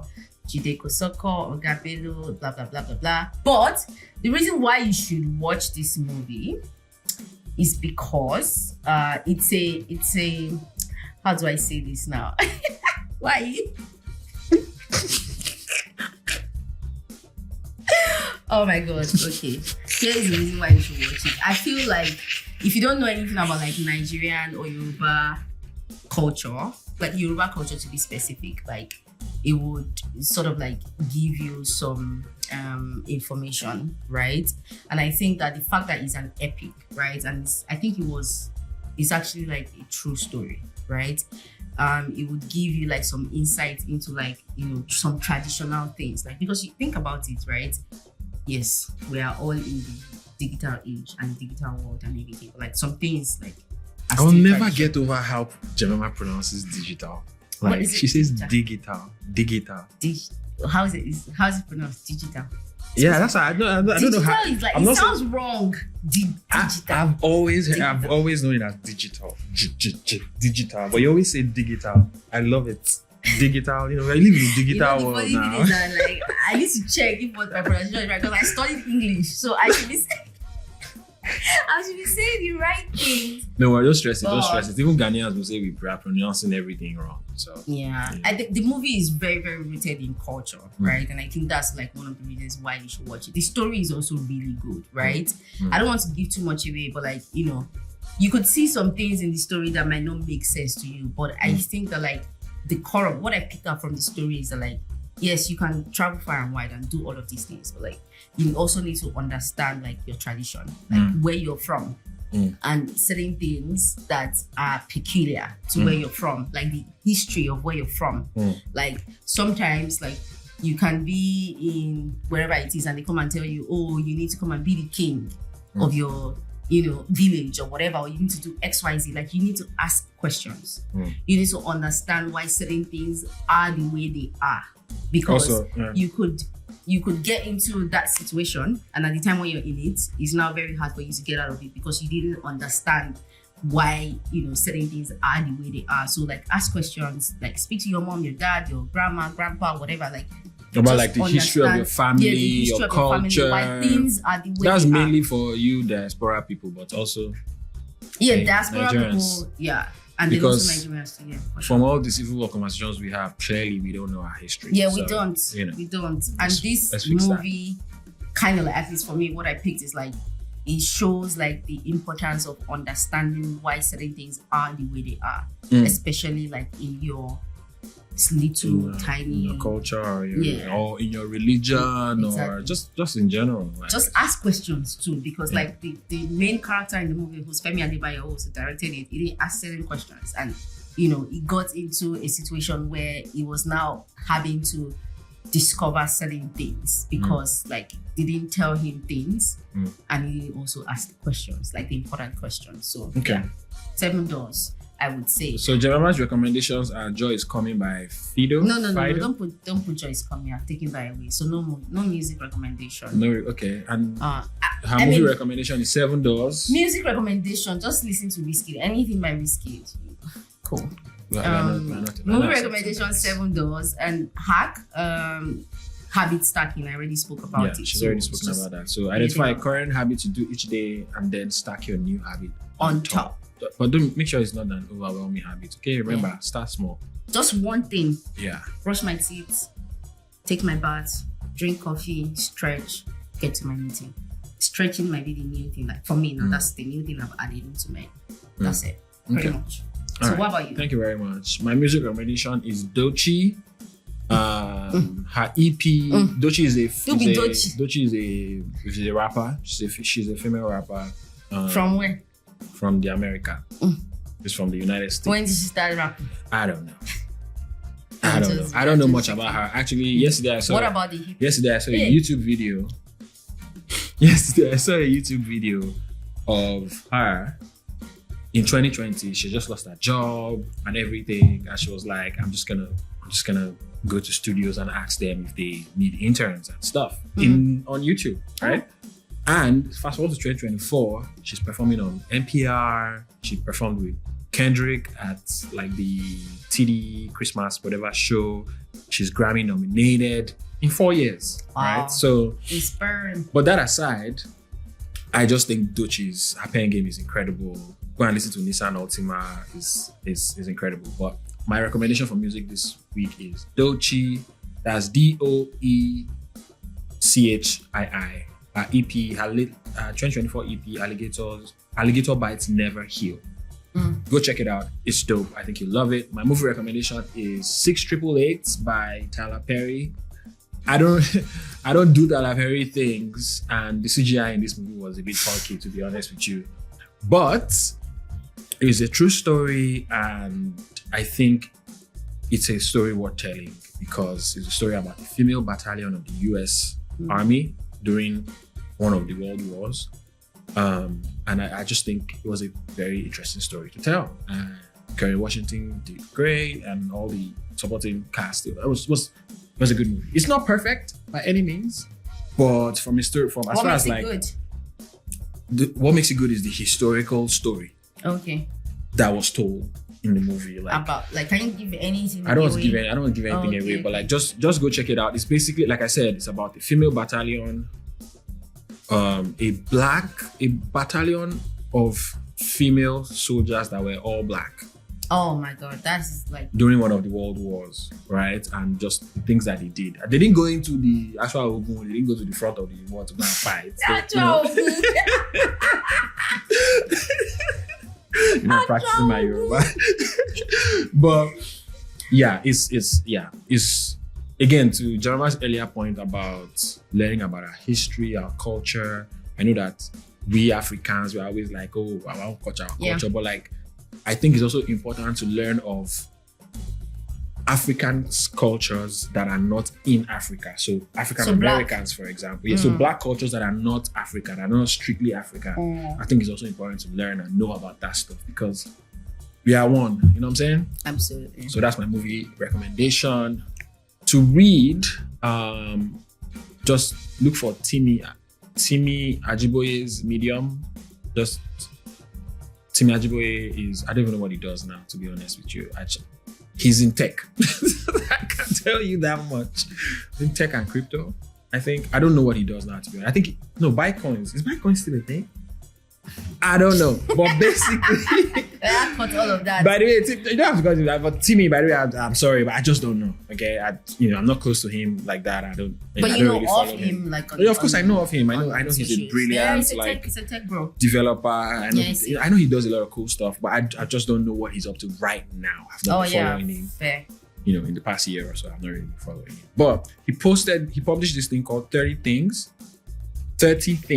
by... Oh yeah, you sent that to me. That was I sent it to you. So he published 30, basically it's a collection of 30 lessons that he has learned while as he turns 30.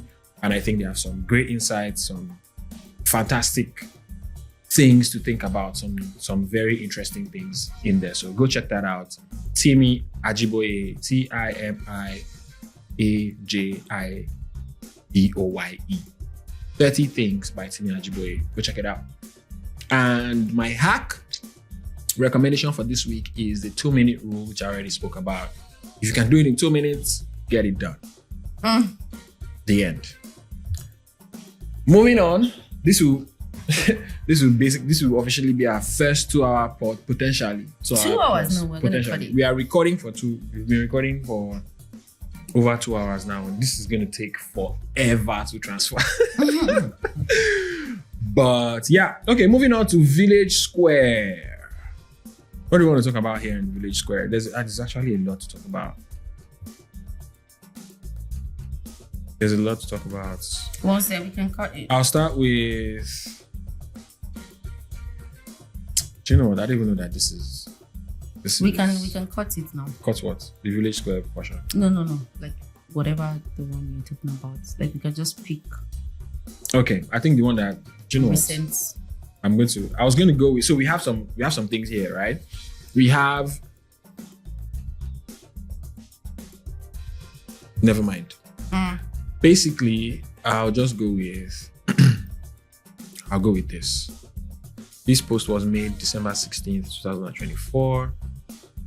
And it's made by Big Bad Rennie on Twitter, right? And basically, she's talking about. Let me just read it for you guys. And you idiots that like to pretend that you're intellectual talking like Dirty December will increase our FDI are killing me. Meanwhile, if you look well, the commercialization is directly proportional to artificial intelligence in so many regards, but in big words. Especially that charging in dollars bullshit and the short-lived real estate trap. Don't be foolish, Charlie. This is 30 December, people who know what we're talking about here. And IGGB built its party brand off the back of existing nightlife in Lagos. The party blew up. Now it's okay to charge hundreds and thousands of dollars because IJGB edition. So what she's talking about here basically is Sunday Atilashe. And essentially it's just what happens in 30 December basically, which is everybody starts charging in dollars, which by the way is illegal according to the Constitution of Nigeria. The only legal tender that are meant to charge for any service or good in Nigeria is the Naira. It's illegal to charge in dollars, but obviously Nigerians are going to take advantage of whatever they can take advantage of. And so there was this phenomenon in December of 2024 where it's like all the shows and events were charging in dollars, you know, Airbnbs and co are charging in dollars. Jemima is sorry, I'm texting. This is not how I'm going to be consistent. Obviously. Apologies. But all right, go on. So yeah, like, and I've been to Sunday Atilashe.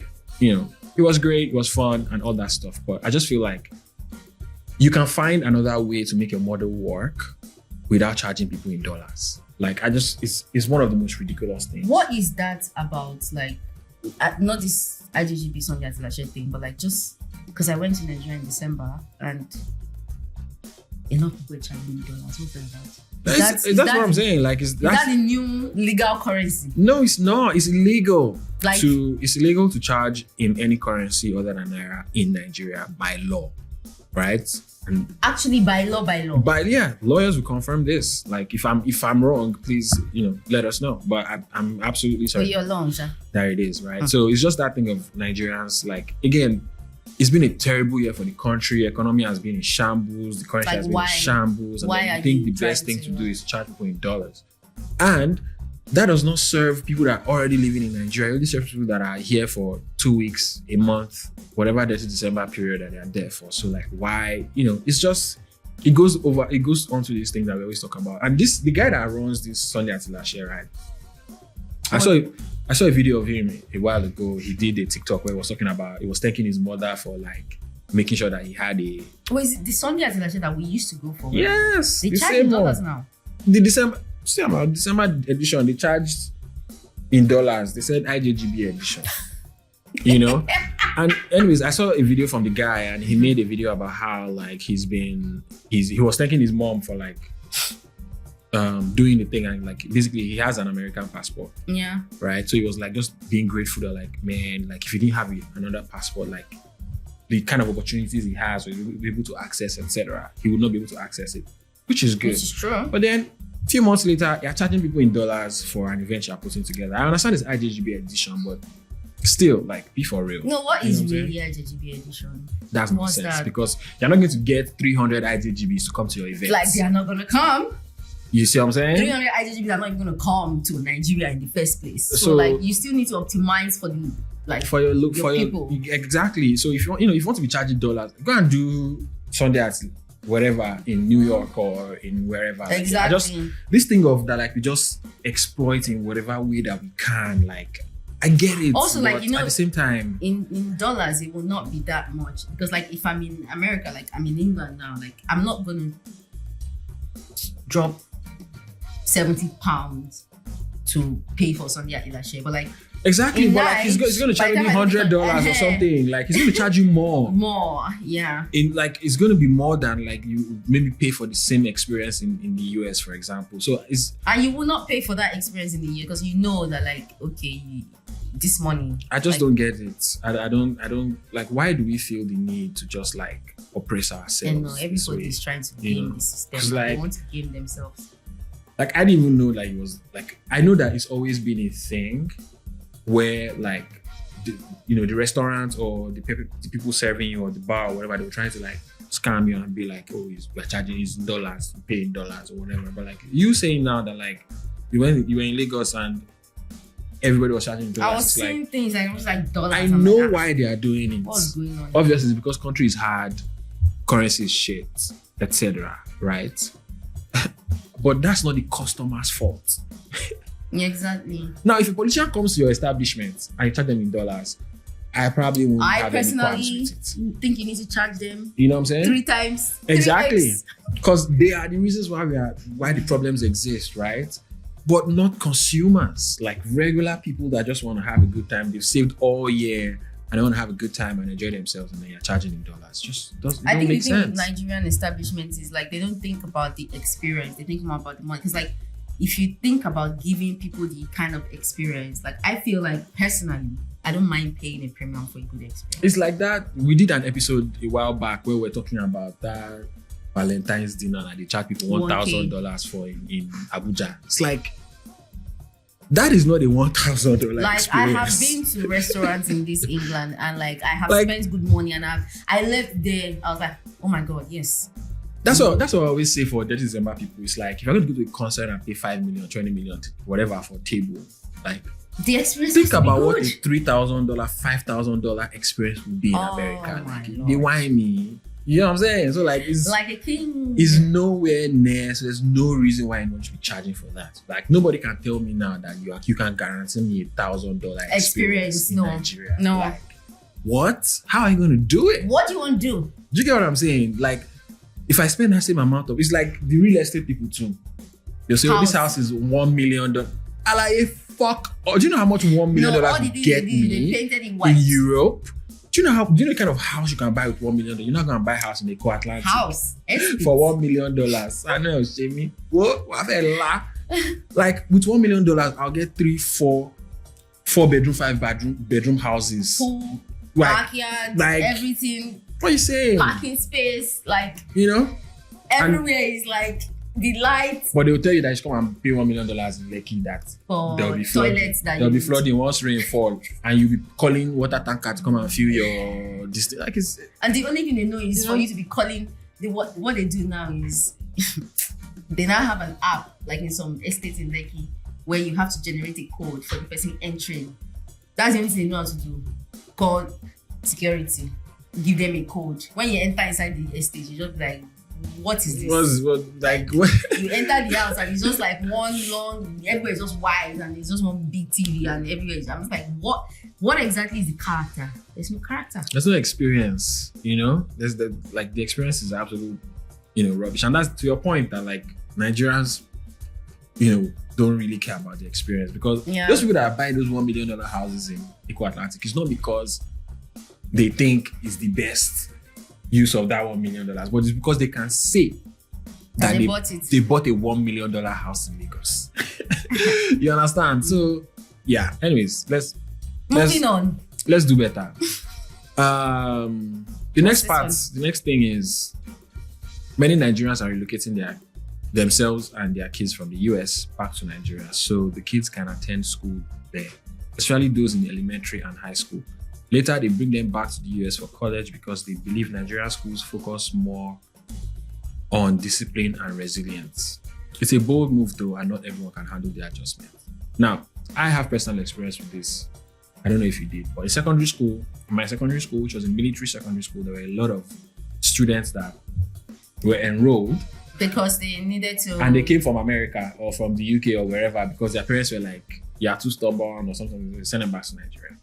So someone responded to this post and said, Nigerians have this strange belief that we hold some sort of moral superiority over Western countries. If Nigeria was truly disciplined, it wouldn't be in the state it's in. And why would you want to take away the option of better quality education for your children? Exactly. Like, we are so Nigerians think that like they are this holier than thou, like we have this. Me, I get it from like a cultural perspective, right? Like if you want your kid to learn more about the culture and like you want them to go, like you send them maybe like Christmas or holiday, whatever, you just send them to like your mom, grandma, whatever, to just hear stories, understand like where you're from, your roots, and maybe even speak your language and say, I get that. But coming to instill discipline, yeah, no, that's somebody said. I don't really understand. Miracle underscore I do not said, Nigerians think they are morally superior to the West because they beat their children, hate homosexuals, and are suffering from religious psychosis. Meanwhile, this is one of the most corrupt and degenerate countries to ever exist. Like which is look into the mirror. Which is facts. Like, them just Nigerians. I'm saying this with love, with all the love in my heart. Okay, and I'm actually looking into the camera. Like, we are by no means morally superior to anybody. Okay, we are one of the most corrupt countries in the world. The impunity. The level of impunity. We do suffer from religious psychosis, and we do hate homosexuals, at least constitutionally within Nigeria. I'm not saying all Nigerians everywhere hate homosexuals. Okay, but yeah, like we don't have any leg. Clarify that because the internet is a dangerous place, my dear. Before they will come for me.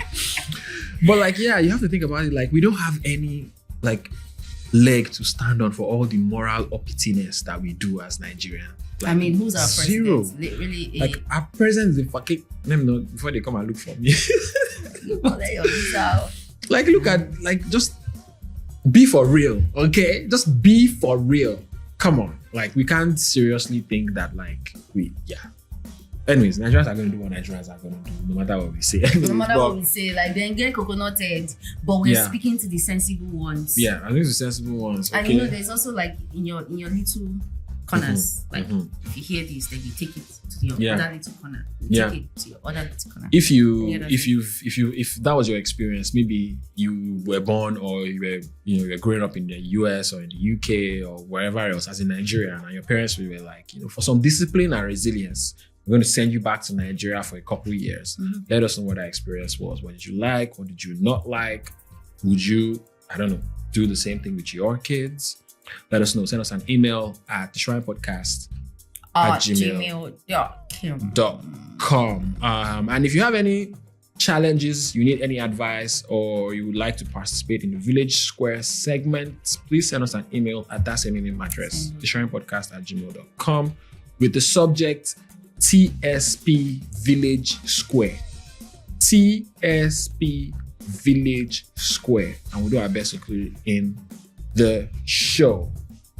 But I believe that we have come to the end of the show. This episode is going to be long, but it's the first one back. You got to take it like that. We're really feeling ourselves. We're a bit rusty, and we're still figuring How things many out, episodes are we doing of this season? Because I feel like that's part of the process, right? Because we need to be able to do episode, take a break, and then do another season rather. How many do you think? for this season. Yeah. I think like 8 is good. 8 to 10 is good. Okay, well, I was thinking 12 episodes. No, 12 is too much. We're stretching. Well, not too much, but I was thinking 12 episodes because our plan currently is to record twice a month. Mm-hmm. So twice a month means that by June we are done with this season. Okay. At least recording wise, right? So the rest of the year I can spend like promoing or whatever else, right? And I'm also preparing for next year. So maybe next year now, maybe we want to go for like, I don't know, once we interview Bill Gates and Elon Musk. Maybe not Elon Musk. All right. So by June we have 12. If we go by the 2. Yeah, that's the plan. So if we are recording twice a month, by June we would have done. If we want to do 2 seasons in this year, we can. There's also that option. But yeah, that was my thinking at least. But maybe the people should tell us. Let us know how many episodes would be good for a season. Let us know. Okay. And yeah, we'll bring you into this. If you let us know, let's co-create it together. Basically, that would be you co-creating the show. So let's do it. I'm all for it. Like we spoke about earlier, we didn't even talk about how the episode vanished. Actually. Oh my God. Yeah. That is very key. Let me summarize it for you guys. We forgot to pay money and they deleted all our shit. Like where we were hosting before. If you want to actually see all the in total of what happened, why you did not see the Shrine podcast being published anywhere or whatever, there's going to be an essay coming out alongside this episode that details all our struggles with this shit. That's good that you didn't even talk about it here, so they can go and read that. But you need to read that essay. Yeah, you'll get all the gist. Yeah, you go read that. But we've been able to recover all the other episodes of the show and we've been able to get them back online. So you can listen to all other episodes, all 38 previous episodes before this one of the Shrine podcast on, anywhere you listen to podcasts, Apple Music, Spotify, Amazon, etc. Remember to follow us on Instagram, on IG, we are on TikTok now as well, on Twitter, and everywhere else. Thank you so much for riding with us. Thank you for joining us on this first episode of our new iteration and our new journey. We are glad to have you all, and we hope that you continue with us on this journey and help us achieve the dreams that we have for this platform. Thank you so much. Anything else? No, don't you want to be your personal, for them to follow you personally? No? Okay. Till next time. AKNLWS. Peace out.